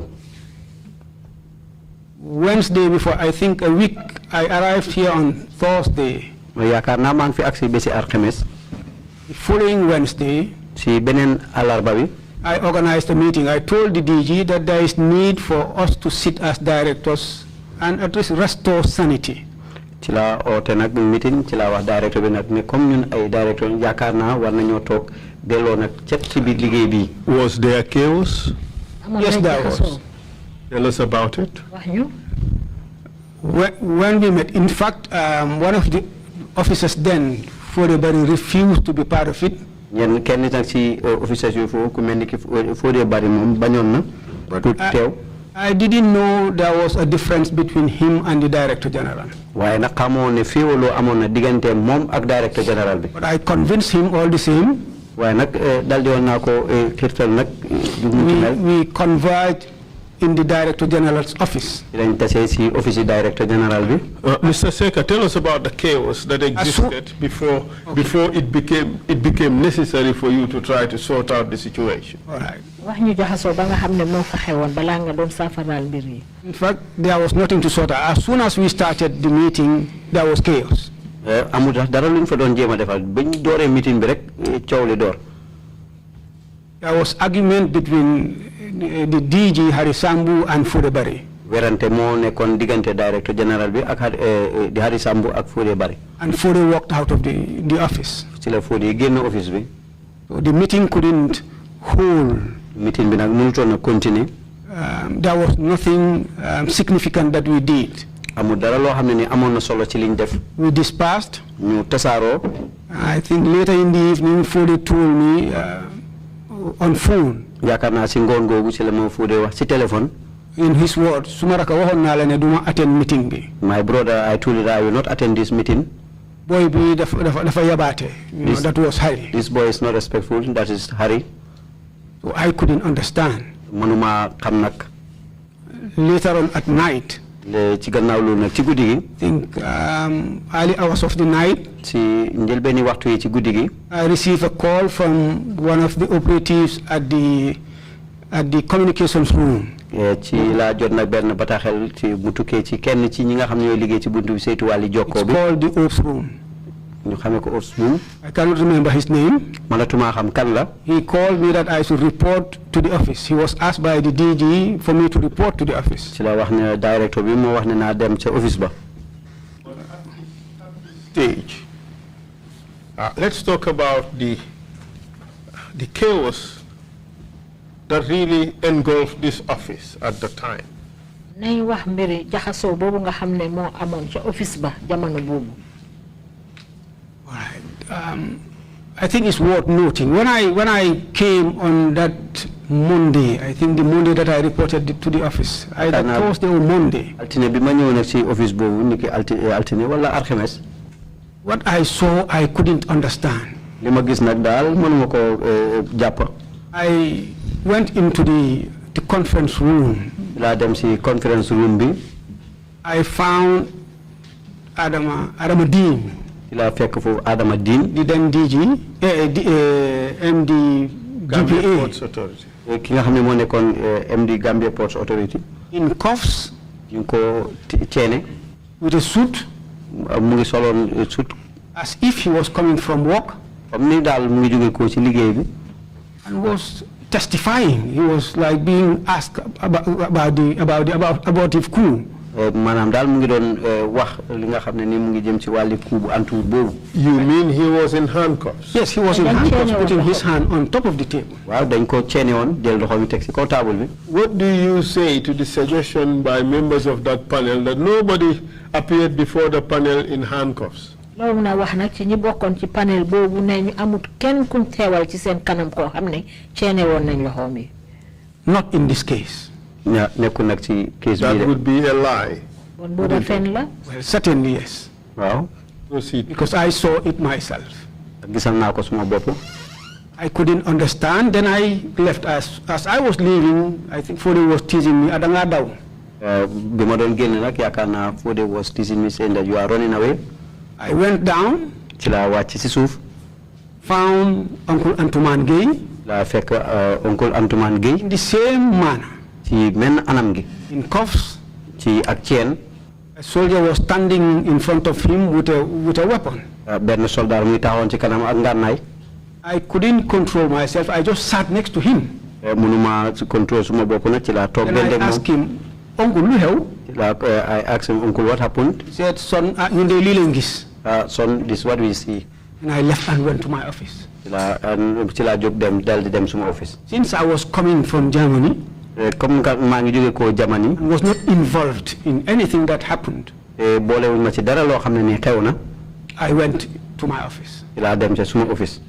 hoping that a report will be submitted to me. yaakaar nag ne danañ ma àggale benn report. But little did I know that I was going to be arrested. ci lu néew nag loo xam ne xam naa ko ne daal moo nekk ne dañ ma doon war a jàpp si. I did So not. what was this chaos that you were organizing this meeting for?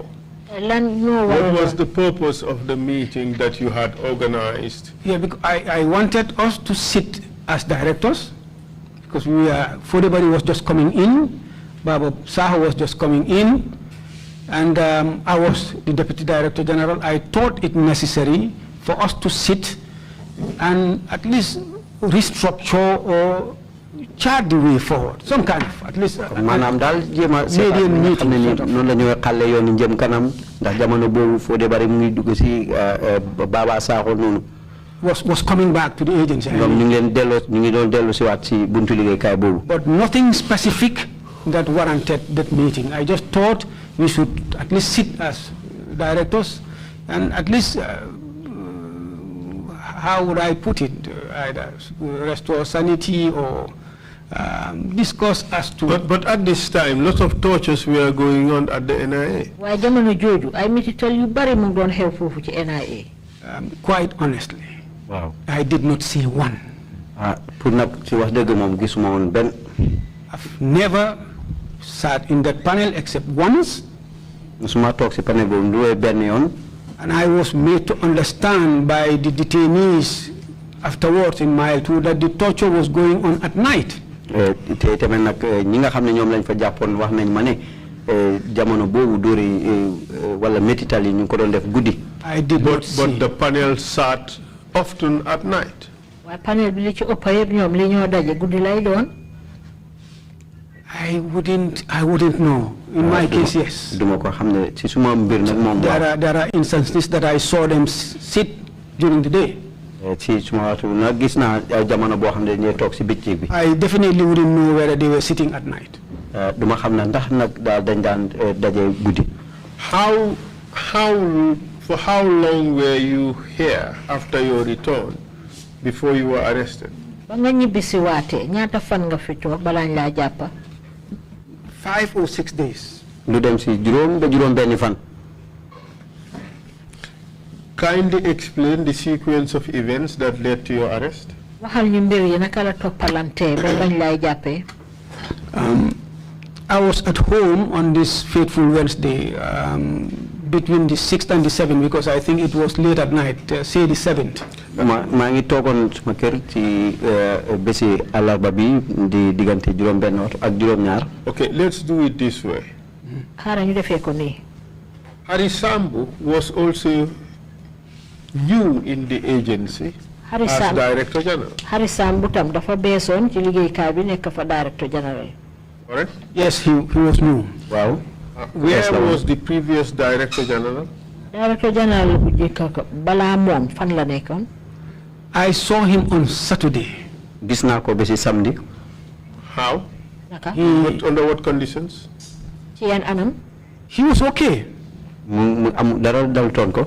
In fact, when he saw me, he asked me, "Ngor muntuma lay nata." When he saw me, asked me, Ngor, when did you come? And who are you referring to? Daba Maren. ku la wax loolu. Daba Maren. Under what circumstances did you see him? I saw him the same way I left him. Gis naa ko nag ci anam goo xam ne ni ma ko bàyyee woon. Was he still Director General when you saw him? bi nga ko gis moo nekkoon Director General boobu. No, he was not Director General anymore. Harry Sambu was already appointed as Director General. Déedéet booba nekkuloon Director ndax booba tànn nañ Harry Sambu. I think he was brought in from mile 2. yaakaar naa boobu ñu ngi ko jëlee mile 2. Whether it was that day, ndax bés boobu la woon. but it was the day I saw him. ndax mooy bés bi ma ko gis. So he was under custody? ñu mel ni jamono fekk nañu ko jàpp. Yes, he was coming out of the hall, the conference hall, I think going to the toilet or so. It was just around that corridor that I saw him. jamono boobu maa ngi ko gis ci corridor bi rek jógee ko ci conference hall bi di jëm ci wanag bi. He was arrested. He was already arrested. boobu fekk na jàpp nañ ko. And what was he arrested in connection to? jàpp biñ ko jàppoon moom lu ko waraloon. He was accused of being part of the foiled coup. dañ ko jàppoon ne daal moom bokkoon na ci coup bu antuwut boobu. So when you arrived, did you subsequently hear anything about him? ba nga egg nag ndax déggoon nga dara loo xam ne mu ngi aju ci moom Daba Marina. After that day, yes, gannaaw loolu. he testified in my presence. He talked to the panel. I was sitting down. wax na ci kanam panel bi boobu maa ngi toog. And all he said was definitely to me convincing that he was not part of this. mu ngi doon wax nag loo xam ne daal wane na moom bokkutoon ci. And what happened to him subsequently? gannaaw bi nag la na ko dal. I think either the Tuesday or Wednesday I was arrested, I heard on the news that he escaped with some other officers. yaakaar naa ni ki talaata bi wala àllarba bi biñ ma jàppee ci laa dégg ci xibaar yi ne daal dafa rëcc ak ñeneen. Before your arrest or after your arrest? Before my arrest. balaaj maa jàpp. It was announced a day before my arrest. ko yéebaane balaa ñu may jàpp. Because I was arrested on Tuesday, so he must have been the announcement must have been either on Monday or Tuesday. ndax man thereabout. talaata lañ ma jàpp te kon yéebaane boobu mun naa amaat daal. I even remember visiting his wife. ndax mën naa fàttaliku it demoon naa nemmeeku ji soxnaam. This is somebody who was a mentor. nekkoon na koo xam ne daal. Up to the time this thing happened, I knew nothing about him apart from professionalism. ba ji jamono bi amu dara lu ma xam si moom lu mooy màcc ak liggéey. I just thought it necessary as a human being and as a colleague to go and visit his wife. tamit jàppoon naa rek ne daal nekk na lu war a am pour daal ni ab xarit nawle boo xam ne maa ngi liggéey moom ma dem nemmeeku ci soxnaam. And I was not going to stop at his wife. I was going to Balajo's wife and Singate's wife. du ma doon em rek si soxnaam rek naa doon dem si soxna si Balajo ak Singate. Who are these people? Balajo was the then deputy director external.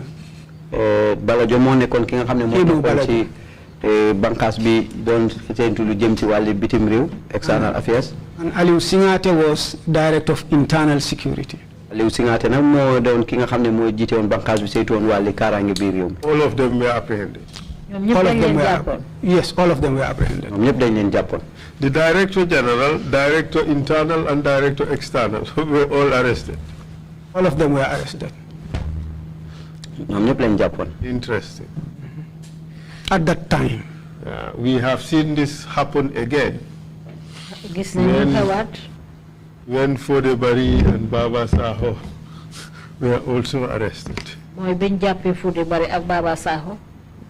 Director external, director internal, both are listed. ñoom ñaar ñëpp But ñu anyway, jàppale.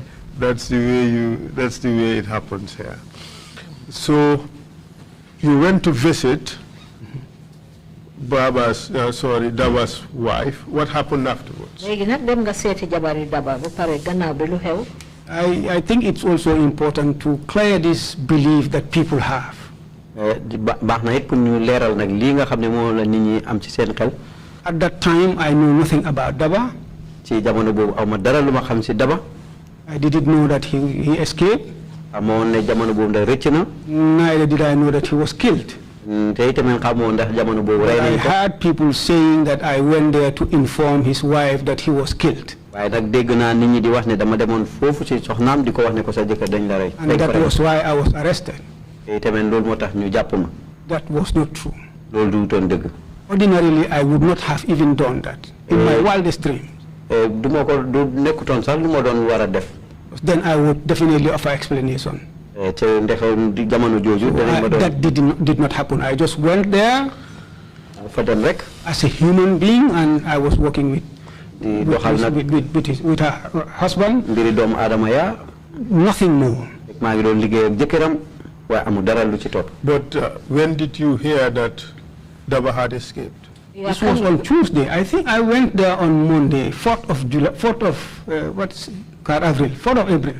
niki ñeenti fan ci I weeru remember April. coming from the Senegalese independence celebration at the reception was at Cape Point. I was from there, then I passed by. jamono boobu Sénégal ñu ngi doon màggal bés bi nga xam ne ci lañ moom seen bopp nag. ñu defoon nag 5th, I think on the 5th, then I had this news. ci juróomi fan bi nag ci laa dégg xibaar bi. On the 6th, I was arrested. juróom benn fan ñu jàpp ma. How did you come to hear this news? naka nga déggee xibaar bi. I was in my car maa ngi woon ci suma oto bi.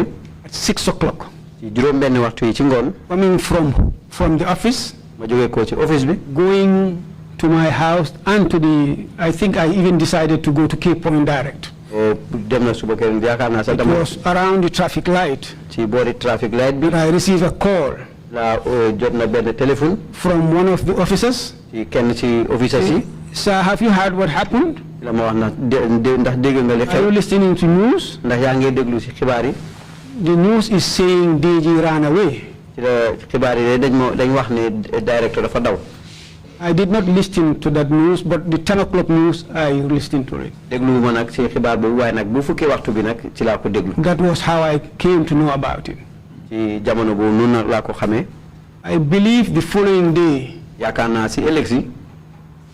Fodebari called and asked me if the DG has told me about Daba's situation. ndax DG bi call na ma wax ma lu jëm ci mbiri Daba. Either before that or after that. And I told him no. balaa loolu wala gannaaw loolu. He waaye said ci laa as ko wax his deputy, he should have told you. ci la ma wax nag ne comme ki nga xam ne yaa topp ci moom waroon na laa wax. He did not. I told him he did not. ci la ma wax ne waxul la ko ma ne ko waxul ma. And that's all I knew about Daba's issue. loolu rek laa xam na ci mbiri Daba. Did you raise any questions about that? ndax am na About Daba's escape or disappearance? Daba liñ wax ne dafa rëcca ndax am na benn laajte boo ci da xalaat daal yow ni mu demee. I did not. Perhaps I would have done that, but I was arrested, like I said, on the same day. defuma ko nag ndax nag jamono. Perhaps I would have done that. waroon naa ko mën a def de waaye nag ci jamono. But I just took it maybe to be true. ci lañ ma jàpp. Did you have a meeting with anybody wherein concerns were raised as to how Daba may have escaped and things like that? am na benn meeting boo xam ne def nga ko ak kenn waxtaanee xëj na Daba naka la rëccee ak yu mel noonu. No. déedéet. So how were you arrested? naka lañ la And let's try to condense that. Okay. naka lañ la jàppee nañ fexeel ñu jéem koo gàttal rek. I was home, maa ngi woon ci kër gi. like I said, and I was called by an officer ci la ma benn officer call. and told me the DG asked me to report to the office. ci la ma wax ne directeur bi mu ne nga ñëw ci office bi. As I was preparing, ci jamono bi ma doon waaj nag. second call came beneen call bi ñëw. that I should have been there let me quote him. The DG said you should have been here by now. ci la ma wax ne ma DG bi ne wax na waxtu wi waroon na la fee fekk. I immediately called him ci laa ko call. the Director General Harry Sambu, moom Director General bi Harry Sambu. ask him whether he has asked the officer to call me. Ndax moom moo wax officer bi pour mu call ma. Before I finish, he said, "Góor gi nañ daje office." Before I finish, he said, "Góor gi, let's meet at the office." Then I just prepared and left. Ci laa waaj nag dal di génn. At the Badala petrol station. Badala petrol station. As soon as I passed the petrol station, bi ma rombee petrol station bi rek. my reserve light came on. Suma lampa bi nga xam ne mooy wane essence bi tàkk. Then I returned to the petrol station. La delluwaat ci essence bi jënd essence. Whilst there, NGORR SECKA called me. Foofu nag ci la ma NGORR SECKA call téléphone. NGORR was my deputy. He was the deputy director of operations at the time. Moom nag moo doxoon ki toppoon ci man ki nga xam ne moo toppoon ki jiite ci buntu bi saytuwaale doxalin. Asked me if I was sleeping. Mu laaj ma ndax man dama nekkoon di nelaw. I told him where I was. Ci laa ko wax fi ma nekkoon. I think he must have spoken to somebody who told him to ask me to wait for them. Yaakaar naa wax naa nit koo xam ne wax na ko pour ma xaar leen. So I was waiting. maa ngi leen doon xaar. When they came, bi ñëwee. he descended from the vehicle. He disembarked from the vehicle. Mu wàcc ci oto bi. Came to me alone. Mu ñëw ci man rek moom kenn. As he was talking to me, ci jamono bi mu doon wax ak man. I heard somebody telling him, allow him to drive his car. ci laa dégg kenn ko wax ne ko bàyyi ko mu dawal otoom. And I drove off, they followed me. ci laa nekk di dawal nag ñu topp ma. We went straight to Banjul. ci lañ dem Banjul. Then went to the conference hall. ñu dem ci conference hall bi. Some strange occurrences happened that made me suspicious. loo xam ne ni nag lu betteel daal am fa loo xam ne ni tax na ma njortaloo ma. But I couldn't place it on anything. waaye nag amuma fenn fu ma ko doon wiir ni kon. So I went in. ci laa dem ci biir. Found officers seated. ma fekk officer yaa ngi toog. Which officers? Well, I think that was the panel members. yaakaar naa ñoo ñooy panel members ci kilifa From yi the various services, police, NIA, and the army. ñoo xam ne ñu ngi jóge ko ci yeneen i bànqaasi buntu liggéeykaay service police NIA ak army bi. Among them was the then Director General Harry Sambu.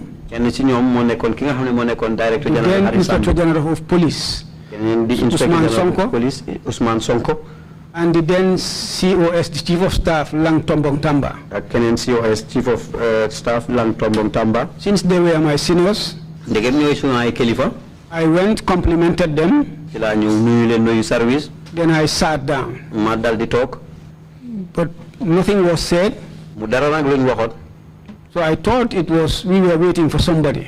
yaakaar naa daan mel ni ñu ngi doon xaar kenn. Then all of a sudden, Musa Jammeh, the then Principal Protective Officer, gannaaw loolu nag Musa Jammeh di koo xam ne ni kilifa lan ci wàlli kaaraange gi. whom I met as I was climbing the stairs with Baba Saho standing, ci koo xam ne ni tasewoon naa moom jamono bi waroon egg ci kaw. came from behind me mu ñëwee ma gannaaw. and just said, take NGORR and Diba outside. ci la wax ne jël leen Ngor ak Diba ci biti. Diba is Musa Diba, who was then the Director of Admin. Musa Diba moo nekkoon ki nga xam ne moo jiite woon lu jëm ci wàllu doxalin liggéeykat I yi. think we traveled around the same time, or I left before him, because he also came around the same time from Kenya. yaakaar naa nag ñoo tukki woon ndooroon wala ma njëkk koo jiitu ndax waaye ñi woon ndoor nañ ndax mu ngi jógee ko woon Kenya. So I forgot we came, when I parked my car, I saw him coming out of the vehicle with NGORR SECKA and some officers, all dressed in black. am na lu ma fàtte woon jamono bi ma gaaree oto bi ci laa gis mu wàcce ci oto bi moom ñoom NGORR SECKA. We were both escorted, but I didn't know at that time that we were arrested. ñun ñëpp nag ñu ngi ñu jiitaloon nag waaye jamono boo xamoon. They were behind us as if we were escorted. ñoom ñu ji desoon gannaaw nag comme ni dañ ñu doon di yóbbu. Until we entered the conference hall. bañ dugg na ci conference hall bi. So Musa Jammeh said, take NGORR and Diba outside. ci la Musa Jammeh wax ne génne leen Ngor ak Musa Diba ci biti. I turned around and said, what is happening? ci la gestu na ne ko lu xew. But nobody responded. waaye kenn tontuwul ma. I was escorted with Musa Diba by some soldiers, perhaps 3 or more. ci la génn ak Musa Diba nag ñu ànd ñu jiital ñu nag di ay soldats. We descended the stairs ñu wàcc ci escalier yi. as if going to where used to be the counter-espionage unit. There is some kind of a small roundabout, a garden, a small area. It's a garden. ni kuy dem na ci buntu yedu fiñu xexé lu jëm ci mbiri yedu amna lu melni garden. Then I heard somebody running on the stairs. La dégg kuy dawé ci kaw escalier and whistle. Mu wëlis. The officer who was escorting us went back. Ki nga xamné mo ñu doon gunge nak bu ñéku wat. They whispered and we were asked to come to the conference hall, to the waiting lounge at the reception. Ci lañ waxtaan tuuti ci seen yorlante ci seen nopp ci lañ wax ne ñu ñëw ci loñ bi. We sat there for a while, then I was asked to go to the conference hall. Fa lañ toog ba ab diir ci lañ wax ne ma dem ci conference hall bi. I was interviewed by the panel. Ci lañ ma laaj di panel boobu. Mainly about who approved my leave, why did I go to Germany, why should I go on leave. Doon ma laaj kan moo yéwénaloon suma dogali dem tukki ak lan moo taxoon ma dem tukki. Ak lan moo taxoon ma dem Germany. Ak lan moo taxoon ma dem Germany. I answered all this. Ma tontu laajte yépp. But one question stood out. Amna benn laajte boo xam ne nag bew. It was Ndur Cham, Colonel Ndur Cham, the former Chief of Staff. Mbiri Ndur Cham si ki nekkoon si di Chief of Staff. Who came to the naming ceremony of my child. ñëwoon ci ngénteeg suma doom ji. I told them why he came. He was Chief of Staff. He was a colleague. Ci laa leen wax li tax mu ñëwoon moo nekkoon Chief of Staff. And I was not even expecting him. Man sa sentu mo woon ko. It was Ibrahima Drame who told me he was outside. Ci la ma Ibrahima Drame moom sax moo ma wax ne mu ngi yoon ci biti. So I asked him to come in, introduce him to my mom. Laa ko wax ne mu ñëw ma wanale ko suma yaay. This was my response. Lii laa leen tontu. And end of story. Ci laa jeexal. Little later, I was asked to write my statement. Ci lu gàtt nag ci lañ ma wax ne ma bindu sumay kàddu. I did that. Ma def ko. Submitted it. Jébbale ko. And I sat there waiting till around 10 a.m. I believe. Laa toog nag di xaar ba fukki waxtu ci suba. Two soldiers came. Ñaari soldaar ñëw. I was there sitting with the former Speaker of the House, Sirif Mustafa Diba. Maa ngi toogoon foofu ak ki nga xam ne moo nekkoon ki jiite woon néegi député yi Sirif Mustafa Diba. And Tamsir Jaase. Ak Tamsir Jaase. I didn't know that they were from Mile 2. Xamoon sax ne ñoom ñu ngi jógee ko woon Mile 2.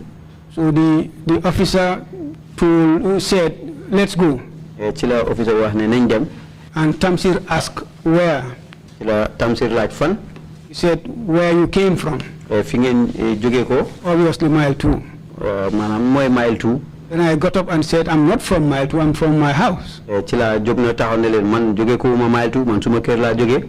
What's the decision about me? Lan mooy dogal bi ci man. He said, you are all going. Ci la moo ne yéen ñëpp ay dem. I just walked past the soldier. Ci la romb soldaar bi. Went to the conference hall hoping to find the panel. Dem ci conference hall bi pour yaakaar ne daan fa fekk panel members yi. I found only Musa Jammeh sitting. Musa Jammeh rek laa fa fekk. Ngi toog. I talked to him this way. Hey, what have you guys decided on me? Ci laa ko wax ne ko yéen lan ngeen xalaat ci suma mbir. Then the soldier just held my hand. Ci la ma soldat bi téye ci loxo. Dragged me. Xacc ma. And I followed him. I just subdued and followed him. Ci laa jébbal suma bopp rek topp ko. That was how I was taken to Mile 2. Noonu lañ ma jëlee yóbbu ma Mile 2. Were you charged with a crime? Ndax waxoon nañ la dara ne loolu nga def. I was not charged, I think, until 6 months later. Mosuñ may teg benn tuuma ba diirab juróom benn weer gannaaw loolu. Within that period, were you allowed to see a lawyer? Ci diggante boobu nangu woon nañ nga gis lawyer. I had a lawyer's visit. I'm grateful to her that was the deputy lead counsel at the time. She visited me. I think she just did that voluntarily. I did not request for it. I think she was just concerned because they were students when I was in Sierra Leone, and we had a cordial relationship at the level of the embassy. She came to Mile 2. I'm not sure whether my sister spoke to her, but I had no idea. She visited me once and said, there is nothing against you. I've checked the records, but you've not been charged. There are no records in the courts. So, but just be patient. We're finding out. That was the only visit I had. Mon na nak ben nemeku ben ci lawyer yi di ki nga xamne moy ki top nak ci lawyer bi jité ne fi ci bérébu penc mi waxoon na ne ñëwoon na fa daal waaye nag duutoon loo xam ne sax man maa ko sàkku woon man naa ama nag suma jigéen moo ko sàkku woon waaye nag wax na may daal naa muñ rek daal. So in effect, your right to have a lawyer was not respected. Your right to be taken before a court to sanction your detention was not respected, and you were not brought before the courts within a reasonable period of time. mu ngi mel ni daal fonkuñ woon sa yelleef ne da nga war a am lawyer bu la taxawal fonkuñ woon sa yelleef ne dañ la war a yóbbu ci kanami court bi ci jamono ji nga xam ne fa lañ la war a yóbbu. No, it was until after about 6 months that we were charged with conspiracy to commit felony, took us to the magistrate's court in Banjul. We did not even take a plea. We just stood and the charges were read and we were whisked again back to mile 2. dem na ba gannaaw juróom benn weer ci lañ ñu teg tuuma bi ñu tegoon nag moo nekk ne déggoo ci loo xam ne ni mën naa indi tefaar waaye nag bañ demee nag ci magistrate bi jëluñ woon sax suñ kàddu yi dogal ndax ñun def nañ wala defuñ waaye nag dañ ko wax rek ci court bi li ñu teg tuuma ñu dolli ñu enuwaat yóbbu ñu mile 2. I'm not sure if it was after that time that Mrs. Jabi came to mile 2. I'm not sure, but she came there. xam ndax nag gannaaw loolu la Mrs. Jabi ñëw mile 2 waaye nag ñëw na fa. Were you subsequently prosecuted of this charge?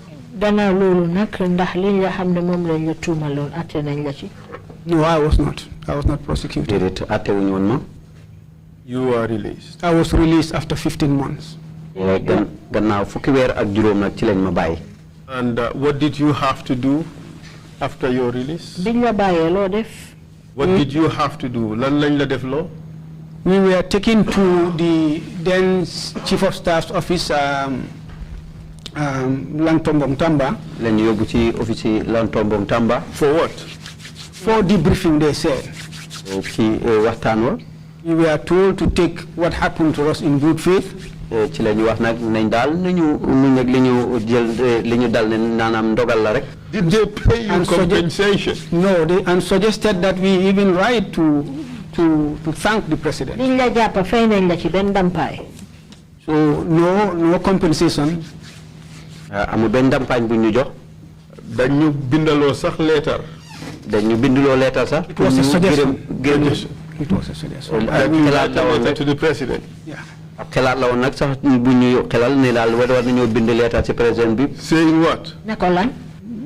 To thank him for pardoning us. ci di ko gërëm ci jéggal bi mu ñu jéggal.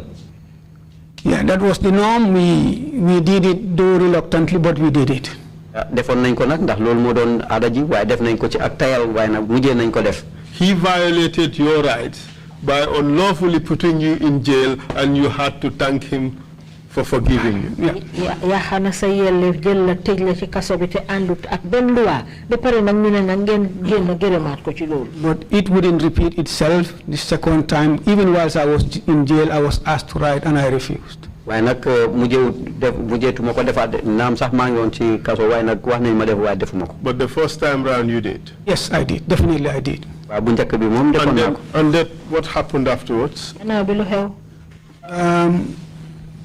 In 2008, I was not reinstated. I was appointed as deputy head of mission in an embassy in Bissau. ci atum 2008 ne ko sax ne dañ ma delloo ci liggéey waaye nag maa nekkoon ki toppoon ci ki jiite yoon wi ñu ebaloon ci Bissau. And how long did you serve there? ñaata diir nga fa nekk. 1 year, 6 months. I was appointed in March, I think on the 18th of March 2008, and I was dismissed in November, I think 4th November 2009. yëpp daal ci ni mu waxee rek lu toll ci at ak juróom-ñetti weer. Do you know why you were dismissed? xam nga li taxoon ñu dàq la ci liggéey bi. No. déedéet. Were you given reasons? waxoon nañ la benn sabab bu war a tax. No. déedéet. Do you know that administratively, if you are dismissed from your job or any administrative decision taken, you have a right to be given the reasons? xam nga ne nag ci ni nga xam ne noonu la liggéey bi war a doxee bu fekkee ne génne nañ la ci sa liggéey dañ la war a wax lan moo tax. I did it not in writing, but I went to the Foreign Affairs after surrendering my passport. Went to the PS, the permanent secretary then, I can't remember his name. defuma ko nak ci ak mbind waaye mujjee na dem naa ci where please. Inquired, he told me he was just giving instructions. laajte nag ci la ma wax rek ne ci la ma wax rek ne dañ ko jox ndigal. I went to the personnel management office. laa dem ci buntu liggéeykaay bi saytu wàllu liggéeykat yi. The PS then told me it was wrong. PS bi nag jamono ci la ma wax ne daal loolu dëppwut ak yoon. Told me he did not see any correspondence to that effect. ci la ma wax ne daal jotul dara loo xam ne jëm na ci mbir moom. But advised me in his words to give it a cooling down period or a cooling period. I cannot remember. ci la ma daal ci la ma yedd nag ci ay kàddoom ne nag naa ko def nag ci anam goo xam ne lu and he will take it up with the Secretary General. moom nag dana ko jël ci dana ko jëflante ak Secretary General. During that time, around the 16th of December, that I was rearrested. ci jamono boobu nag fukki fan ak juróom benn si weeru décembre ci lañ ma jàppaat. What were you accused of this time around? jamono boobu nag lan lañ la tuumaal. Treason again. suufu nguur. That I was with Lang Tombong and others to overthrow the then regime of President Jammeh. ne daal dama déggoon ak ñoom ku mel ni ak Lang Tombong pour suufu nguur yi Yaya Jammeh. Who are the witnesses against you? ñan ñoo seede yi nga xam ne ñoo ko taxawoon di la tuumaal. Rui Jabi Gassama. Rui Jabi Gassama. Kabiru Sedi. And Ibrahima Mare. Ibrahima Mare. Did you know these people before? xamoon nga ñooñu balaa loolu. Kabiru Sedi I know before. Kabiru Sedi moom xamoon naa ko balaa lii. How about the others? ñeneen ñi nag. The others I don't know. ñeneen ñi moom xamaa woon de. Did you ever hear the name Rui Jabi Gassama before that? mosoon nga dégg turu Rui Jabi Gassama balaa loolu. Before I was arrested. balaa maa jàpp. One day I came to Banjul, I think a week before my arrest. lu dem si diira bés booy balaa maa jàpp. I went to the mag wala rakk Alaaji came Moor. from Germany and I went to visit him. ku jógee ko Germany ma dem pour seeti ko. Alaaji Moor, what's his official name? Idrissa Diop, sorry. Idrissa Diop nag la tudd. Whilst I was there, I called him, in fact, Babu, his brother, called him that I was there. Brodaam nag Babu moom moo ko ne maa ngi fa. But he said he was busy, he didn't come. ci la wax ne daal loo xam ngi jàppoon jamono boobu ñëwut. As I was leaving, I called him. ci bi ma doon génn nag ci laa ko oo. For something personal. ci loo xam ne daal suñ mbiri bopp la. Whilst in my car, ci suma biir oto bi nag. he asked me if I know Jabi Gassama, not Rui Jabi Gassama, Jabi Gassama. ci la ma laaj ndax xam naa Jabi Gassama waaye du Rui Jabi Gassama. I told him no, I've never heard that name before. laa ko wax déedéet mosuma dégg tur boobu. And unsuspecting. ci njottal nag. I did not suspect anything. te jottuma dara itamit. He asked me if I had any problems with the embassy staff in Bissau. ci la ma laaj ndax dama am benn jafe-jafe boo xam ne ni am naa ko ak ñuy liggéey ci embassy bi ci Bissau. I told him no, not as far as I know. ci laa ko wax déedéet ci li nga xam ne loolu laa xam. And I think we end the conversation. yaakaar naa daal foofu lañ jeexaloo waxtaan wa. That was the day I heard about Rui Jabi Gassama. bés boobu na laa dégg lu jëm ci mbiri Until when I was arrested. jamono biñ ma jàppee. I think a day or two afterwards, I was confronted with him. bés wala ñaar ci laa jàkkaarloo moom. First during an identification parade. ci bu njëkk nag ci rangale goo xam ne ni dañ doon jéem a pour ràññee kenn. He came and identified me without knowing exactly what was it for. ci la ñëw nag ràññee ma te xamoon pour lan la. Then we went into the conference room, the investigation room where the panel was sitting. lañ dem nag ci conference room bi ci fi nga xam ne ni gëstukat yi fa lañ nekk. He started accusing me of things I had no idea about, that I was having a meeting with him, I bought drugs from him, I owe him $10,000. I thought I was dreaming. di ma tuumaal loo xam ne daal mosuma ko xam ne jënd naa si moom sinébar ak maa ngi doon ak yeneen yoo xam ne daal dafa mel ni maa ngi doon gént sax. At some point I stopped him and said, I think this guy is talking to the wrong person. ci laa ko taxawal sax dana leen kii dafa mel ni sax ki muy wax daal duur ki. But the head of the panel of investigation at the time, I think, was Solo Boja. I think that was when I know his name. ki nga xam ne moo jiite woon na gëstu boobu di Solo Bojang mooy waxtu bi nga xam ne xam naa turam. Just retorted by saying, allow him to talk. ci la wax ne ma may ko mu wax. And I allowed him to say whatever he wanted to say. ci laa ko bàyyi mu wax mboolem loo xam ne loolu la I gën was a wax. asked to go and write a statement.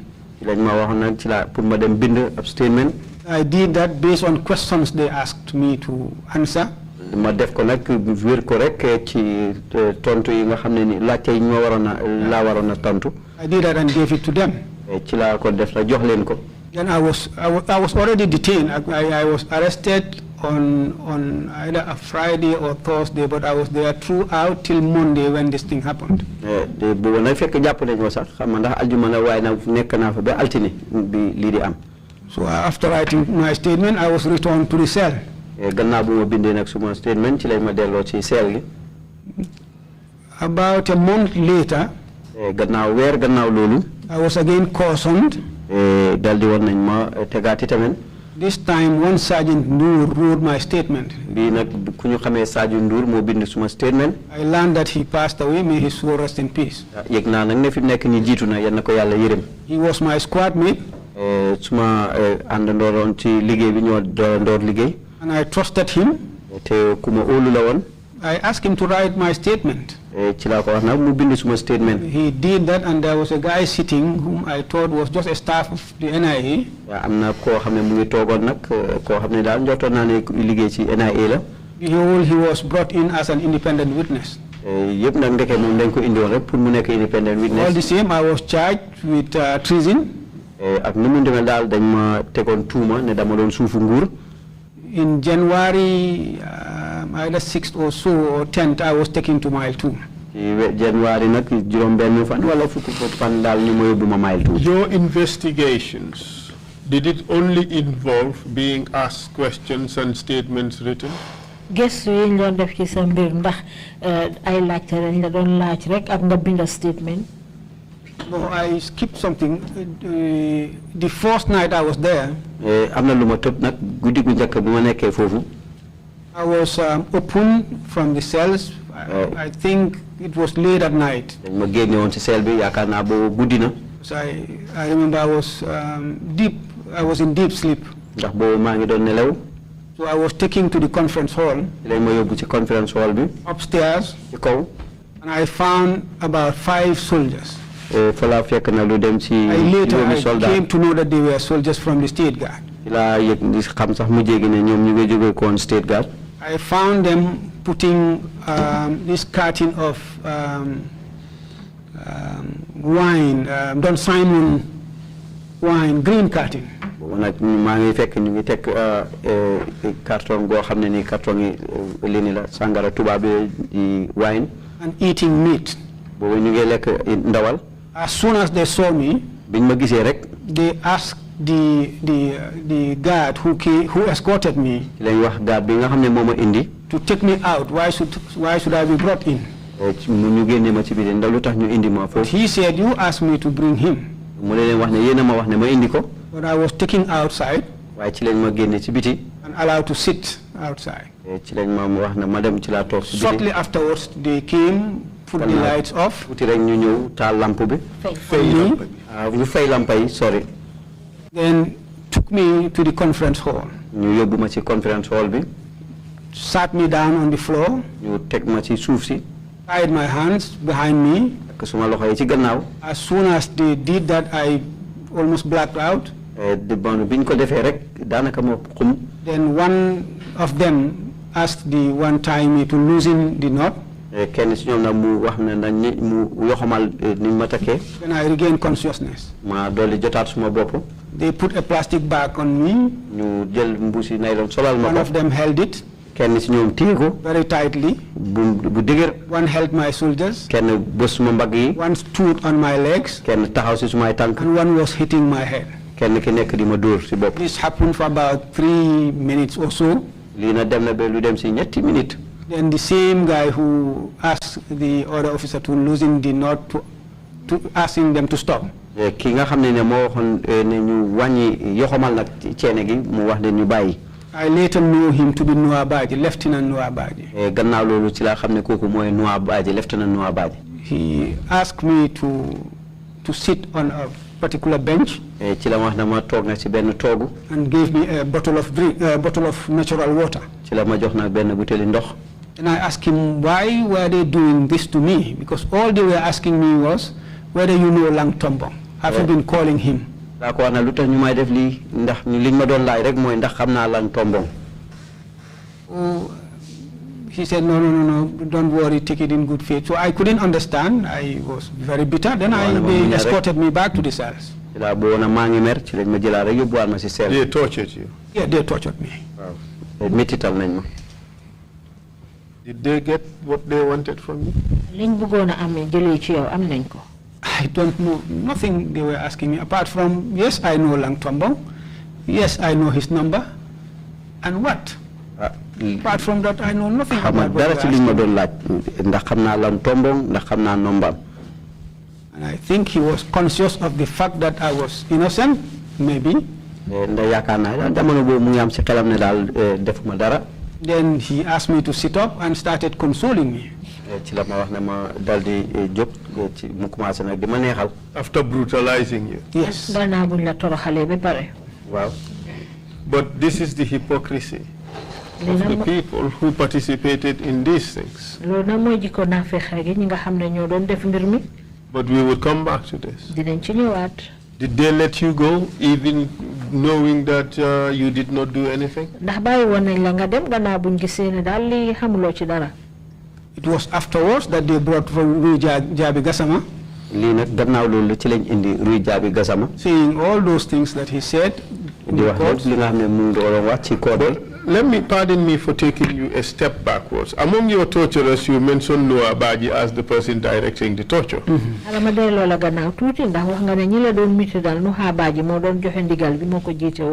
you remember who else participated in this cowardly act?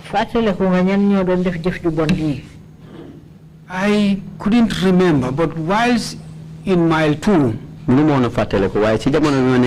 because I don't even know any of them at that time. But there was a group. I remember one of them, when he walks, he tiptoes, he walks on his toes. When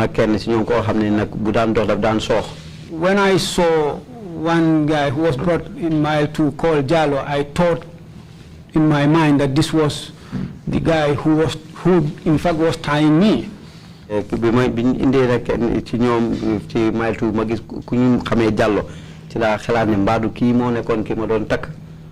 were about 4 brought in around the same time. Bailo, Sang Gomez, Michael Correa, and this Jallo guy. Since they were 5, including Noah, because the one who was hitting was black, he definitely resembles Bai. I cannot say for certain that it was him. I had in my mind that these were the people who were torturing me. But Noah, I recognize him. He had white spots or whatever they were on his eyes. That was how I recognized him. When he came before, was it the day I was interviewed by the panel, I saw him enter, then I knew it was him. But I really don't know them apart from him. Was that the only time you were tortured? Yes, that was the only time. And then what happened afterwards? Then, like I said, I was taken to an identification parade. Subsequently, my statements were taken. I was charged and returned to mile and taken to mile 2. And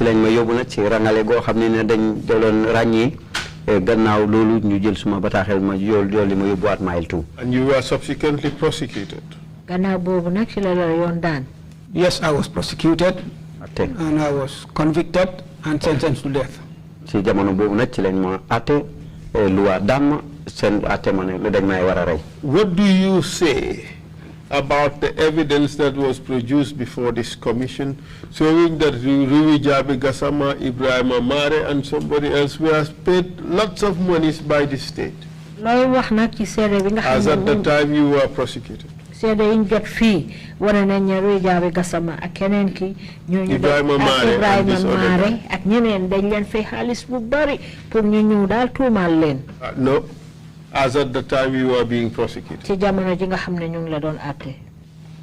I definitely had a feeling that, because I said it in court, that I was framed. I had a feeling that something has happened that was out of the ordinary. And I said in court that time will tell. And I also told my lawyer that I've heard what the judge said, but I've not heard what Allah said. That this will come to pass. Afterwards, I was told by my brother that Alaji Moore told him that these people were paid, as I was still in jail. Suma brother wax na ma ne ma Alaaji Moor wax na ko ne ñii dañ leen fayoon. I would not have believed that they can go to that extent. Mënu woon a gëm sax ne mën nañoo àgg foofu. Because I couldn't reconcile really what was happening. This disturbed me really mentally. Because I was trying to get sense out of what exactly was happening. And each time you ask them, they will tell you, take it in good faith.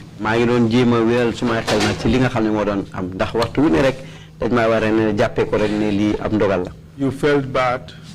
Very bad, absolutely. For yourself? Yes, for myself and any other person who must have, in one way or the other, gone through this. Wow, but this was normal. I wouldn't call it normal, really, as far as my knowledge starts, but implicating people. Let's not say it was not normal. No, let's say it was frequent.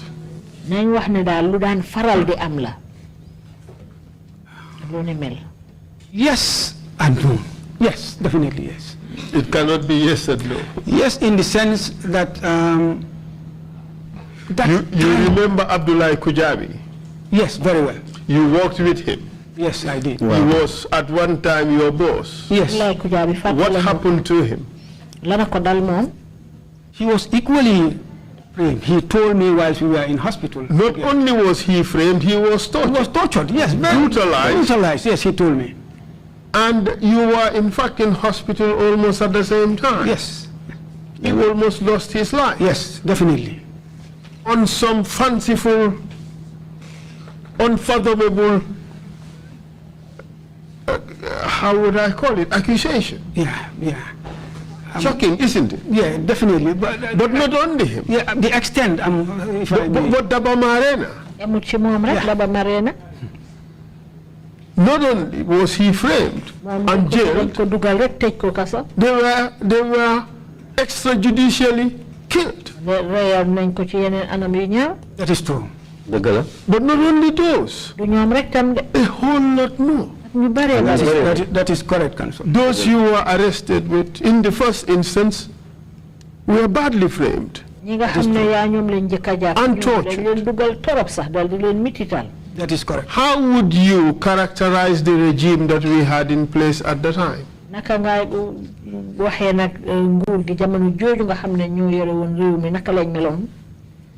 Perhaps I would call it a mercenary regime.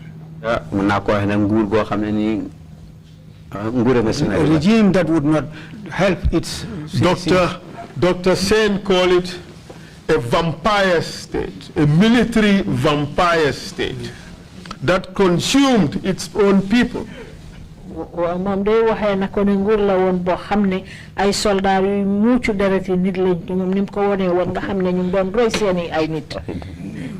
may not be a very the right adjective to describe really what was happening. And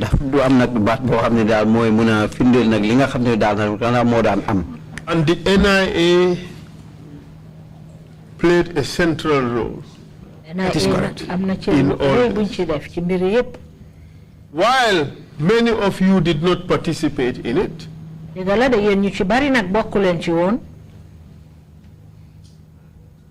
you lived with it in silence, whereas others suffered. You remember Musa Job. What happened to him? One day, as I was coming from my office to the investigation department, information department, when he was brought there for a particular investigation, he was not detained. I think he was just there for his statement to be obtained. He either came to report bail, either or. So I met him down. He told me in Wolof. You see what these people did to me. They stripped me naked and tortured me. Right there, I called the officers. In his presence. They denied it. And I told him there and then, don't come here anymore. There were, it's difficult to explain what was happening. There was no command and control at a certain level. But Mr. Secka, there was, of course, command and control. There was an institution that was managed in a way that torture was used as a tool to achieve their own objectives. That is what was the situation.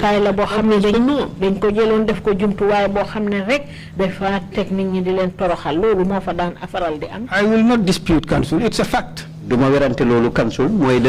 And in the NIA, the person who would come and tell you, oh, my brother, I'm sorry, guidance is the person who would lock you up and push you in. NIA na fi xaya fa nek moy dañuy ñew legi ne la yow bul faale bul ragal bul tit muñal rek te ñoom seen bop ñoy sabab ñu ñew tej la.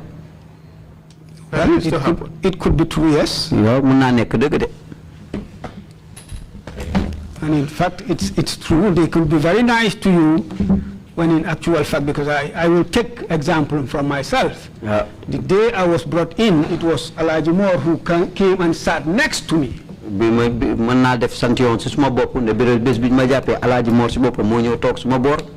I was dealt with, it was the same Alaji Moore who came and sat next to me. And told me lu ñaaw lañ la bëggoon a def. And told me that how did he know? Something bad to me. But so I can definitely concur with exactly what you are saying. That was the situation. Those that did the torture, those that acquiesced, and those that kept silence are all in the same boat. The NIA, the institution of torturers. You agree?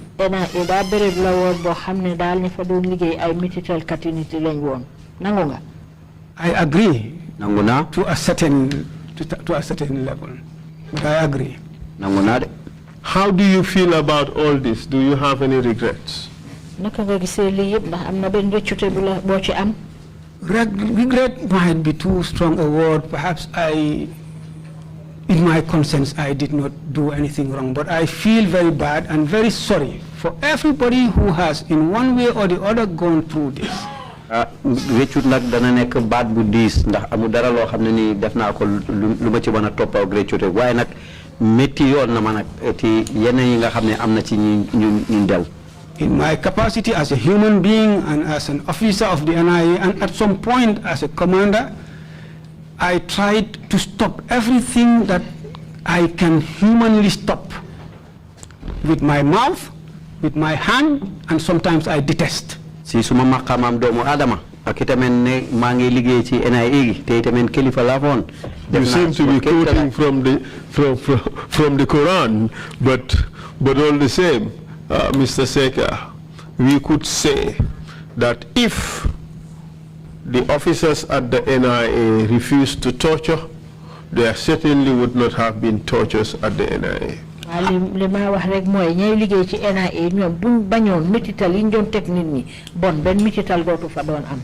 Absolutely, with all honesty. Morally, you are all responsible. No further questions, Mr. Chair? Yes.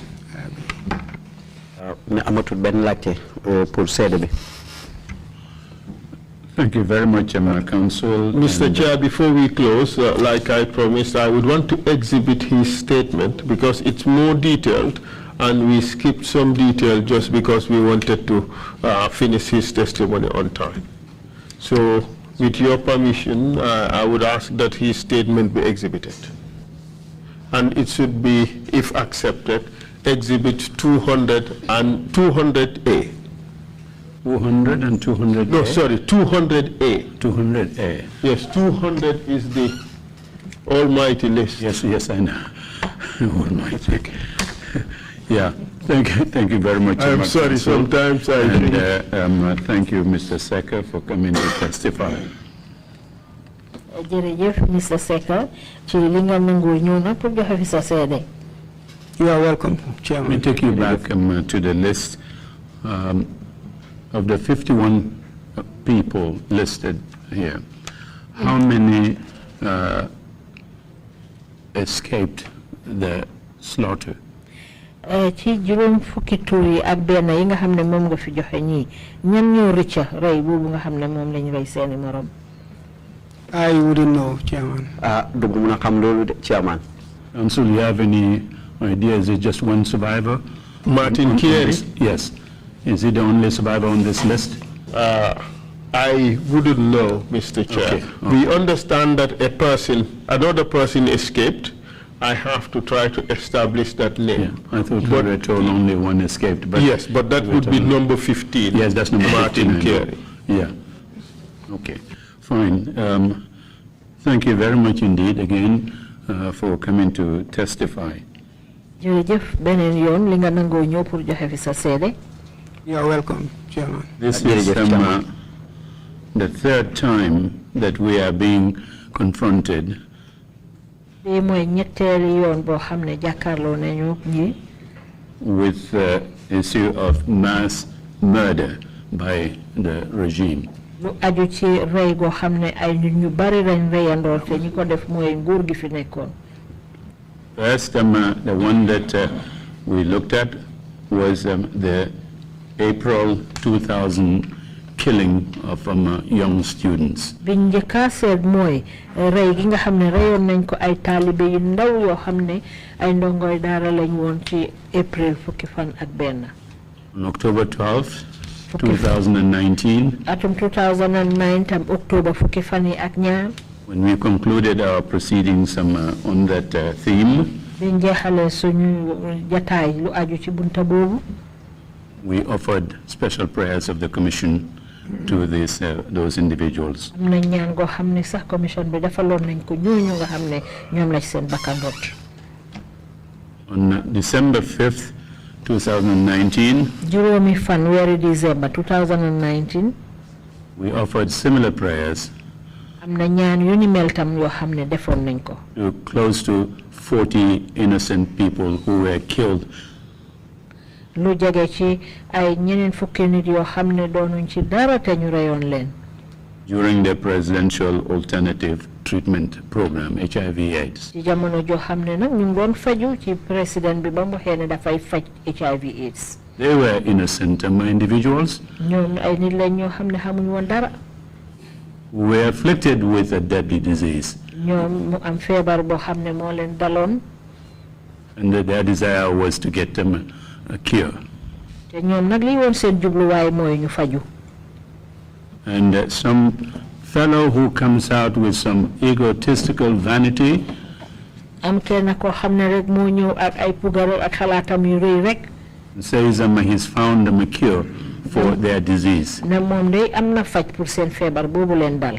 Who can be more innocent than those afflicted with the disease? ñooñu nag ñoom xamuñ ci dara ñoom ñi nga xam ne ñoom la feebar bi daloon. You take them through a program that was fabricated. It was false. nga jël dugal leen ci programme boo xam ne sos rek la umba.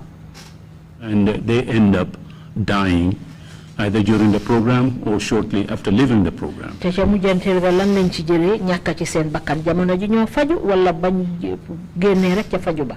Now we are dealing yet again with another mass murder.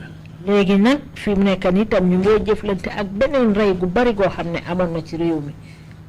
Again, innocent young Africans benn tey de ay doomi ndaw yoo xam ne waa Afrique lañ. whose only crime was just being ambitious in a poor situation and getting involved in becoming victims of human traffickers. ñoo xam ne ñoom xalaat bu kenn gu rëy lañ doon demee rek ñu far tënku ci mbir moo xam ne ci lañ jëlee roraange yooyu. Who can be more innocent than a poor kid wanting to better his life? kan nag mooy ki nga xam ne moo xamul dara ci koo xam ne ndaw la rek koo xam ne mu ngi doon dem pour uti loo xam ne dina gën a yewinal dundaam.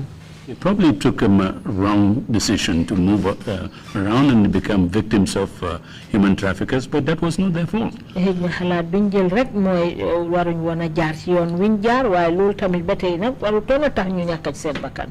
Traffickers dumped them on the beaches of the Gambia. ñu rey leen sànni leen ci ñi nga xam ne ñoo leen doon bëgg a yóbbu ñu jël leen sànni leen ci tefesi Gambia bi. Instead of helping them out of the situation that they were in, ñu bañ leen a dimbale ci anam yi nga xam ne ci lañ toll woon jamono boobu. you corralled them into your police stations and the detention areas and slaughtered them. jël leen yóbbu leen ci seen police station yi ak béréb yi ñu leen teg benn place mujjanteel gi ñu dal di leen rey.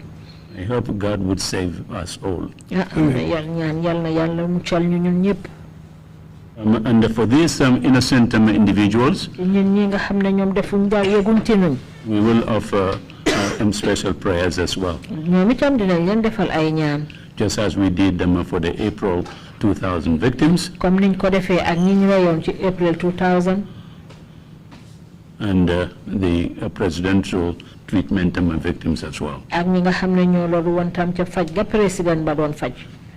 if you have the floor, can you please go ahead and offer some prayers? And then Bishop would come in. Thank you, Chair. I will have to say part of this prayer in English because most of the victims are non-Gambians. I feel very much moved by what we have had today, and the whole world is listening.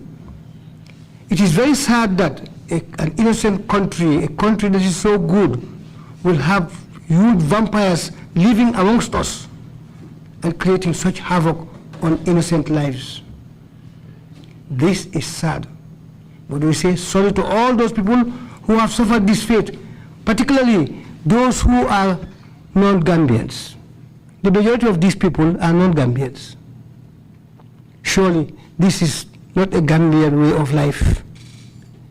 These are few evil people who have survived amongst us, who have been used as tools to kill and torture and destroy lives. Inna lillahi wa inna ilayhi rajiun. Let us all pray in our own way. Let us all pray in our own way so that these innocent lives will rest in the hands of God in paradise. And then I will conclude the prayer with the Islamic way of prayer.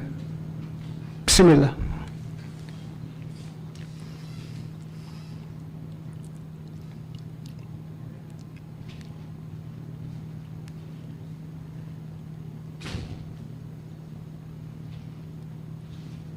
بسم الله الرحمن الرحيم الحمد لله رب العالمين الرحمن الرحيم مالك يوم الدين إياك نعبد وإياك نستعين اهدنا الصراط المستقيم صراط الذين أنعمت عليهم غير المغضوب عليهم ولا الضالين اللهم صل على محمد وعلى آل محمد وبارك على محمد وعلى آل محمد كما باركت على إبراهيم وعلى آل إبراهيم في العالمين إنك حميد مجيد بحرمة اللهم فصل وسلم وبارك على هذا النبي الكريم سيدي سند العظيم ذو القلب الرحيم سيدنا محمد وعلى آله وصحبه وسلم تسليما سبحان ربك رب العزة عما يصفون وسلام على المرسلين والحمد لله رب العالمين آمين. Shukran, Imam. Bishop, can you help us with some prayers for these 50 innocent young Africans? Thank you, Chairman. Rest eternal grant unto them, O Lord, and let the light perpetual shine upon them. Gracious and eternal Father, thou who knowest all things, thou who knowest the secret of the hearts of humankind, honor that fateful day, the 23rd of July, 2005. So many young, innocent lives were slaughtered due to no fault of theirs. Father, we ask that of your divine mercy, your divine grace, that you shall receive each and every one of them into your land of paradise. We submit their relatives, their parents, their brothers and their sisters to you, those who suffer the loss of these innocent lives. Father, it is only you in your goodness and in your mercy that can give them your consolation and your comfort. Now that it is now clear to them that these, their relations, were slaughtered in this land, this innocent land, the land that is good to so many foreigners, the land that accommodate a lot of foreigners.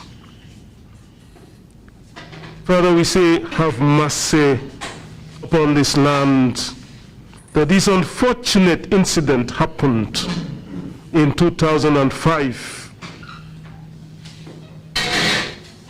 We know, Lord, that the blood of all those who were slaughtered cried unto you, and you have responded. We submit their killers, those who massacred them. We submit all of them under your throne, under your grace. It is you who takes vengeance. Vengeance belongs unto you.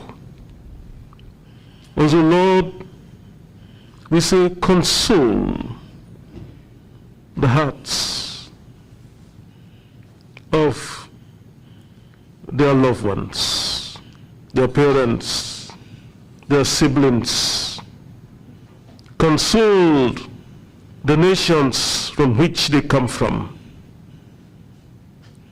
And Lord, we pray that by your Holy Spirit, you will grant reconciliation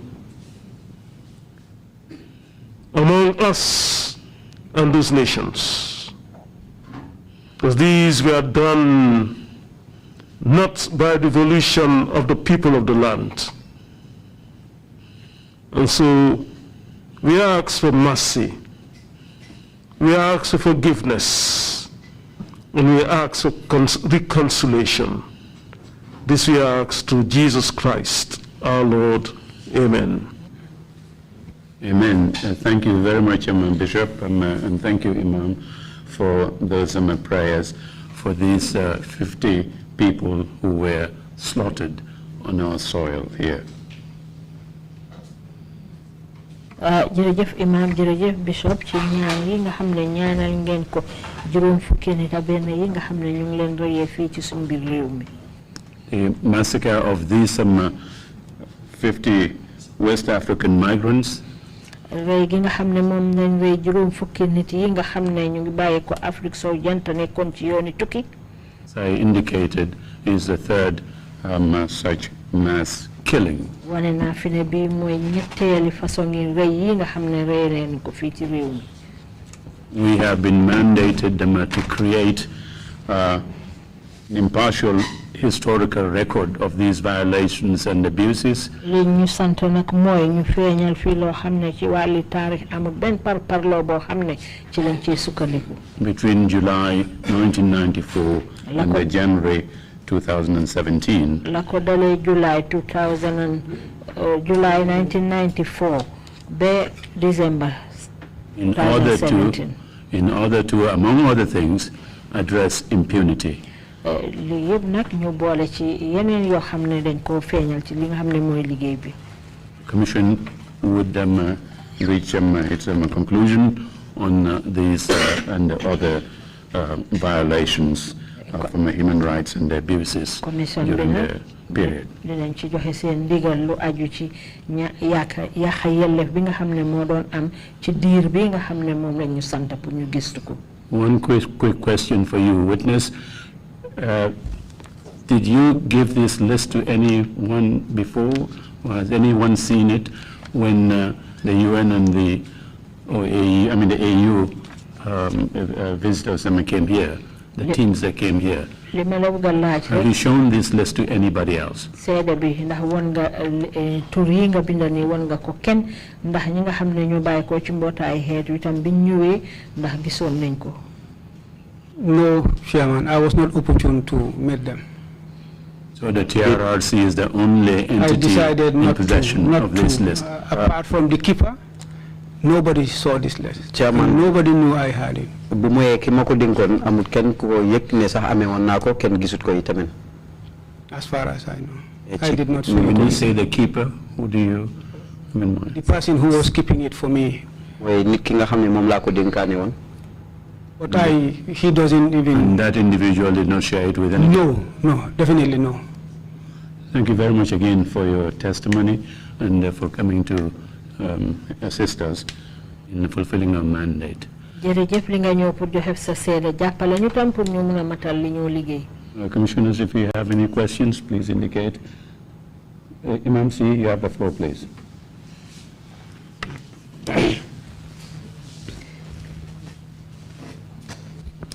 GIBRIL SECKA jërëjëf ñu ngi lay gërëm. GIBRIL SECKA, thank you very much. We are thanking you. leeral bi nga leeral nii. Your statement here, or your surtout tur yi nga feeñal nii. especially the list of these people. yi nga xamante ne dina aduna bi yëpp ko seede. And the whole world witnessed this. seen kumpa la xool. It was something that they never knew of. surtout mbokkam yi nga xamante ne yëpp dégg nañ seen mbokk naka lañ demee. Especially the relatives of those who went. dégg nañ seen tur. They had their names.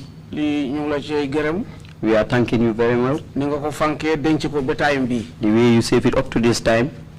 ñaareel bi laajte bi mooy. The second thing, which is the correction, is néew yi ngeen fekkoon foofu. the dead bodies that you found there. nag ay góor la rek wala amoon na ay jigéen. Was it only male, or there's one at least female there? jërëjëf Imam. Imam, thank you very much. ñu ngi sant yàlla. We are thanking God. du suñ ndimbal du suñ mbaax du suñ dara yàlla rek moo ñu dimbale ba lii ñu mën koo sàmm. Not our effort or anything, it's only God that helped us to save this up to this time. waaye pour tontu sa laajte bi gisuma fa benn jigéen. To answer your question, there was no female. Thank you very much. Mr. Secka, if you have any concluding remarks to make, please proceed to do so now. And if you can Secka, sorry. Commissioner Carr, you have the floor, please. Thank you, Chairman.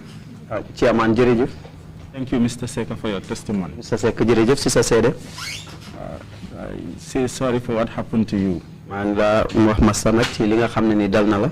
Just have a simple question. Benn laajte bu ndaw rek laa am. How did your victimization affect your family? Ci toroxal giñ la toroxal naka la def si sa njaboot. Thank you very much, Commissioner Ka. Jërëjëf Commissioner Ka. Very badly. Metti na lool.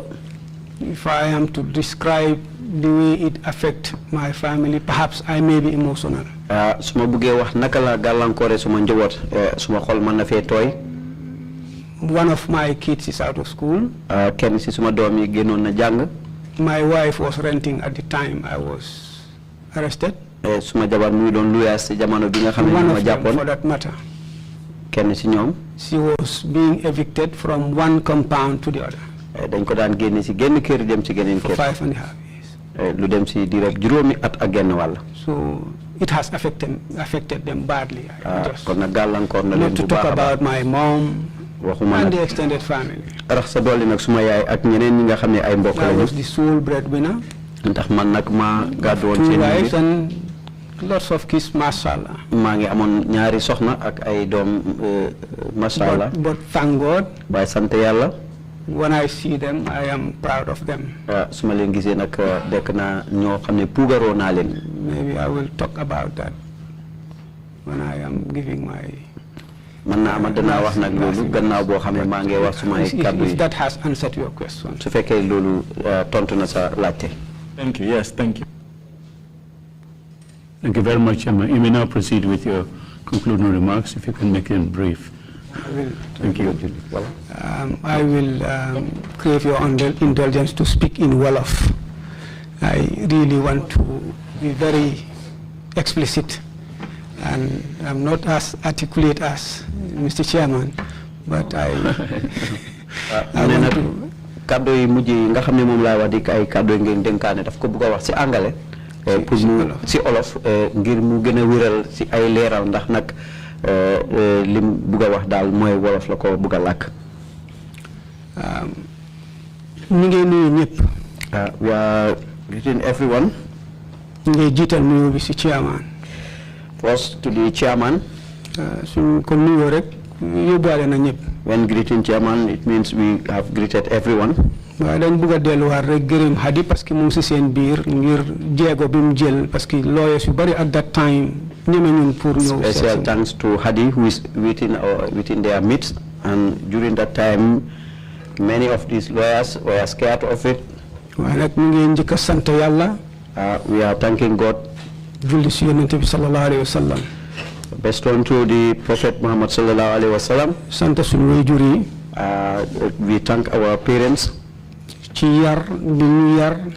The discipline inculcated in us. rawatina dañu daan wax ne buñ fen. Especially we were taught not to tell lies. ñu ngi sant yàlla di sant suñu waajur yi ci loolu. Praising God and our parents. ñu ngi sant nag suñ soxna yi li nga xam ne juróomi at ak genn wàlla. We are also thanking our wives who have at least 5.5 years. ñu ngi toog di ñu xaar. Waiting for us. mu métti lool. And it was very painful. lool sax. Very, very painful. ñii di la daw. Some people avoiding you. ngir sa jëkkër dafa am luñ ko tuumal. Because your husband is accused of something.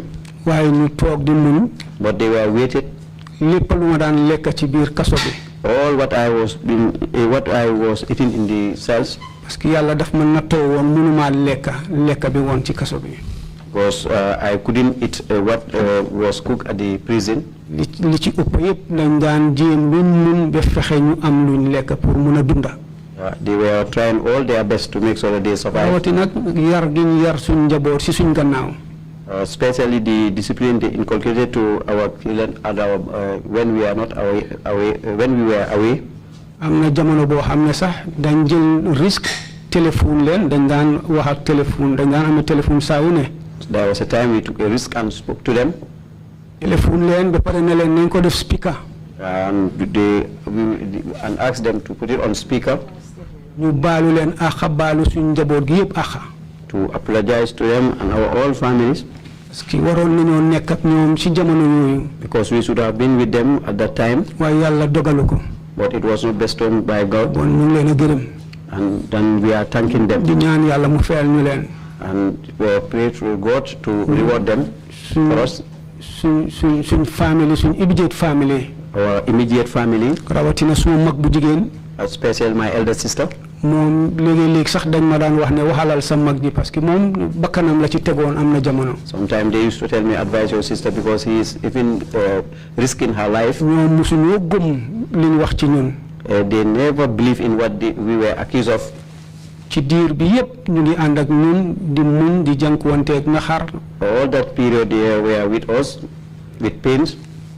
waaye yal na leen yàlla fay. May God reward them. suma rakk yaay yi suma magi yaay yi góor ak jigéen. My stepsisters, my aunties. suma papa yi suma magi papa yi suma rakki papa yi extended family bi. Uncles and everybody, all the extended family members. waaye dafa am kenn ku ci nekk koo xam ne suma doomi tantala Esa moo suma rakkam Mikael. Especially Mikael. Esa. lépp lu ma soxla ci biir.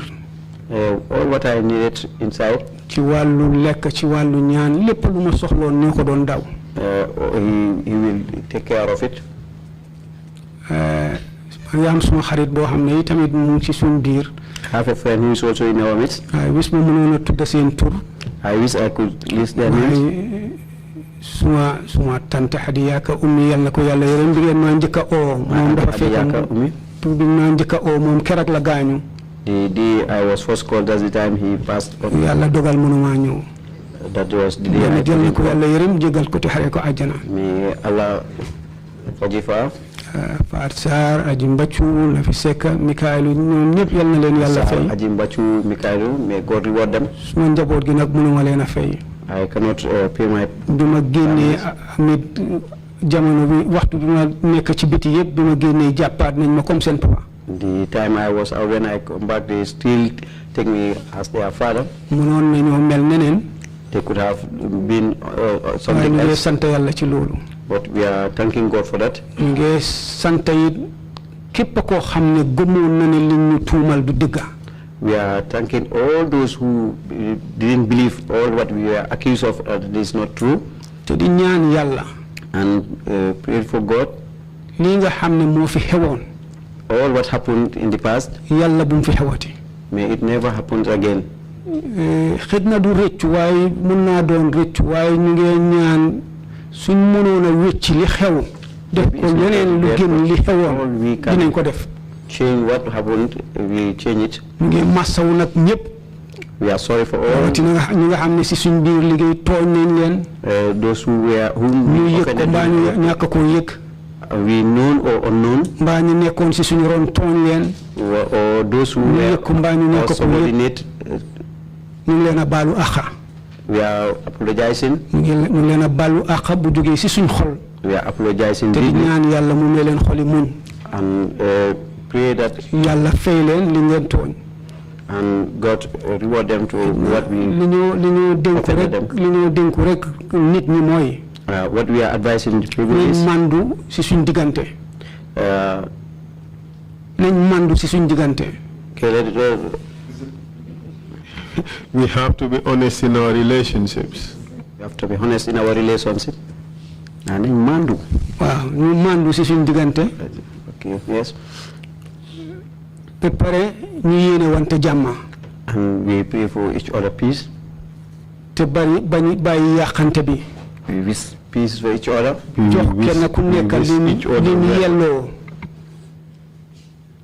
And give each other all what one deserves. kenn ku nekk ñu jox la sa àq ak sa yelleef. And protect everyone's right. li ñu indi ci fii yëpp. All what brought us here. mooy suñ ngëm ci yàlla dafa des. Is that our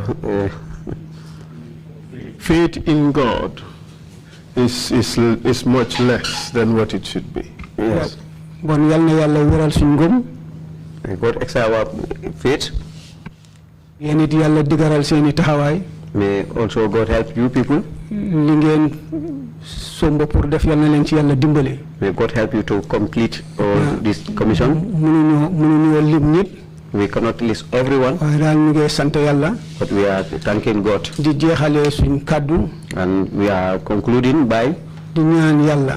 praying for ci mbaaxam ak yërmandeem. through His mercy. mu feeñal dëgga.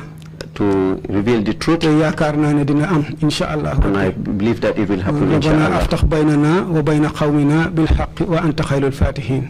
Inshallah. قل جاء الحق وزاء الباطل إن الباطل كان زهوقا. السلام عليكم ورحمة الله. Alaikum assalam. Thank you again very much, Mr. Secka for coming to testify. Mr. Secka jërëjëf rek ci ñi nga That ñëwee brings us pour to the àggale end sa of our kàddu. proceedings for today. We will resume on Monday, sharp 10 o'clock Monday morning. And we will continue with our theme for this 3-week session on the West African migrants. So that's the end of our proceedings for today. Meeting is adjourned. Thank you all very much. Thank you very much.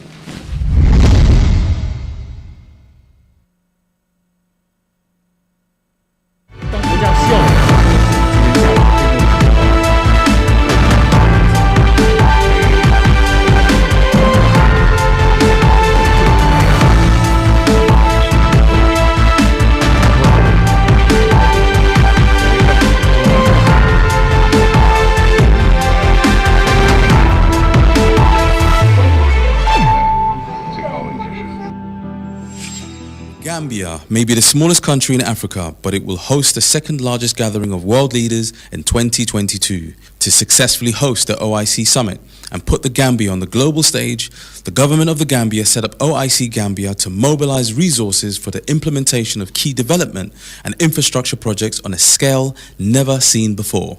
20 new roads will be constructed across the country, and the Bertel-Harding Highway will be expanded into a dual carriage highway of 2 lanes on each side from the airport to Sting Corner. All people in the Gambia deserve clean water and a constant flow of electricity. Therefore, an entirely new water system will be constructed, including new transmission and distribution networks to meet the increasing demand. In order to provide a more reliable supply of electricity, the OIC Gambia project will replace and double the capacity of the NAWIC transformers and overhead electric cables.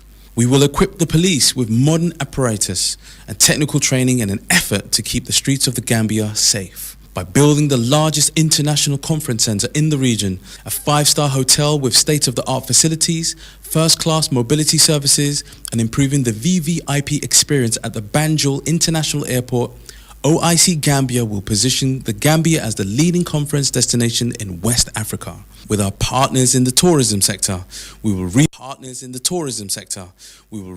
the preeminent position of our nation, the Smiling Coast, as a go-to destination. The OIC Gambia will create strategic partnerships that calls for the involvement of local talent and businesses as a matter of requirement. In short, OIC Gambia projects will create jobs, boost commerce, accelerate growth, improve the urban outlook and lifestyles of many families across the Gambia. So let's support the OIC Gambia as it prepares us for one of the biggest global events. OIC Gambia, building today for a better tomorrow. Hello! There's a new update from your favorite GSM operator, AfriCell. For all of you that have struggled to buy cash power beyond $7,000, AfriCell has done it again. The limit to buy cash power is now up to $30,000. Oh yes, $30,000. Buy all the cash power you want from your AfriMoney account by dialing *777#. Where AfriCell goes, nobody dares to follow. It's an amazing offer. AfriMoney just got way better. The threshold for cash in and cash out on your AfriMoney has been increased.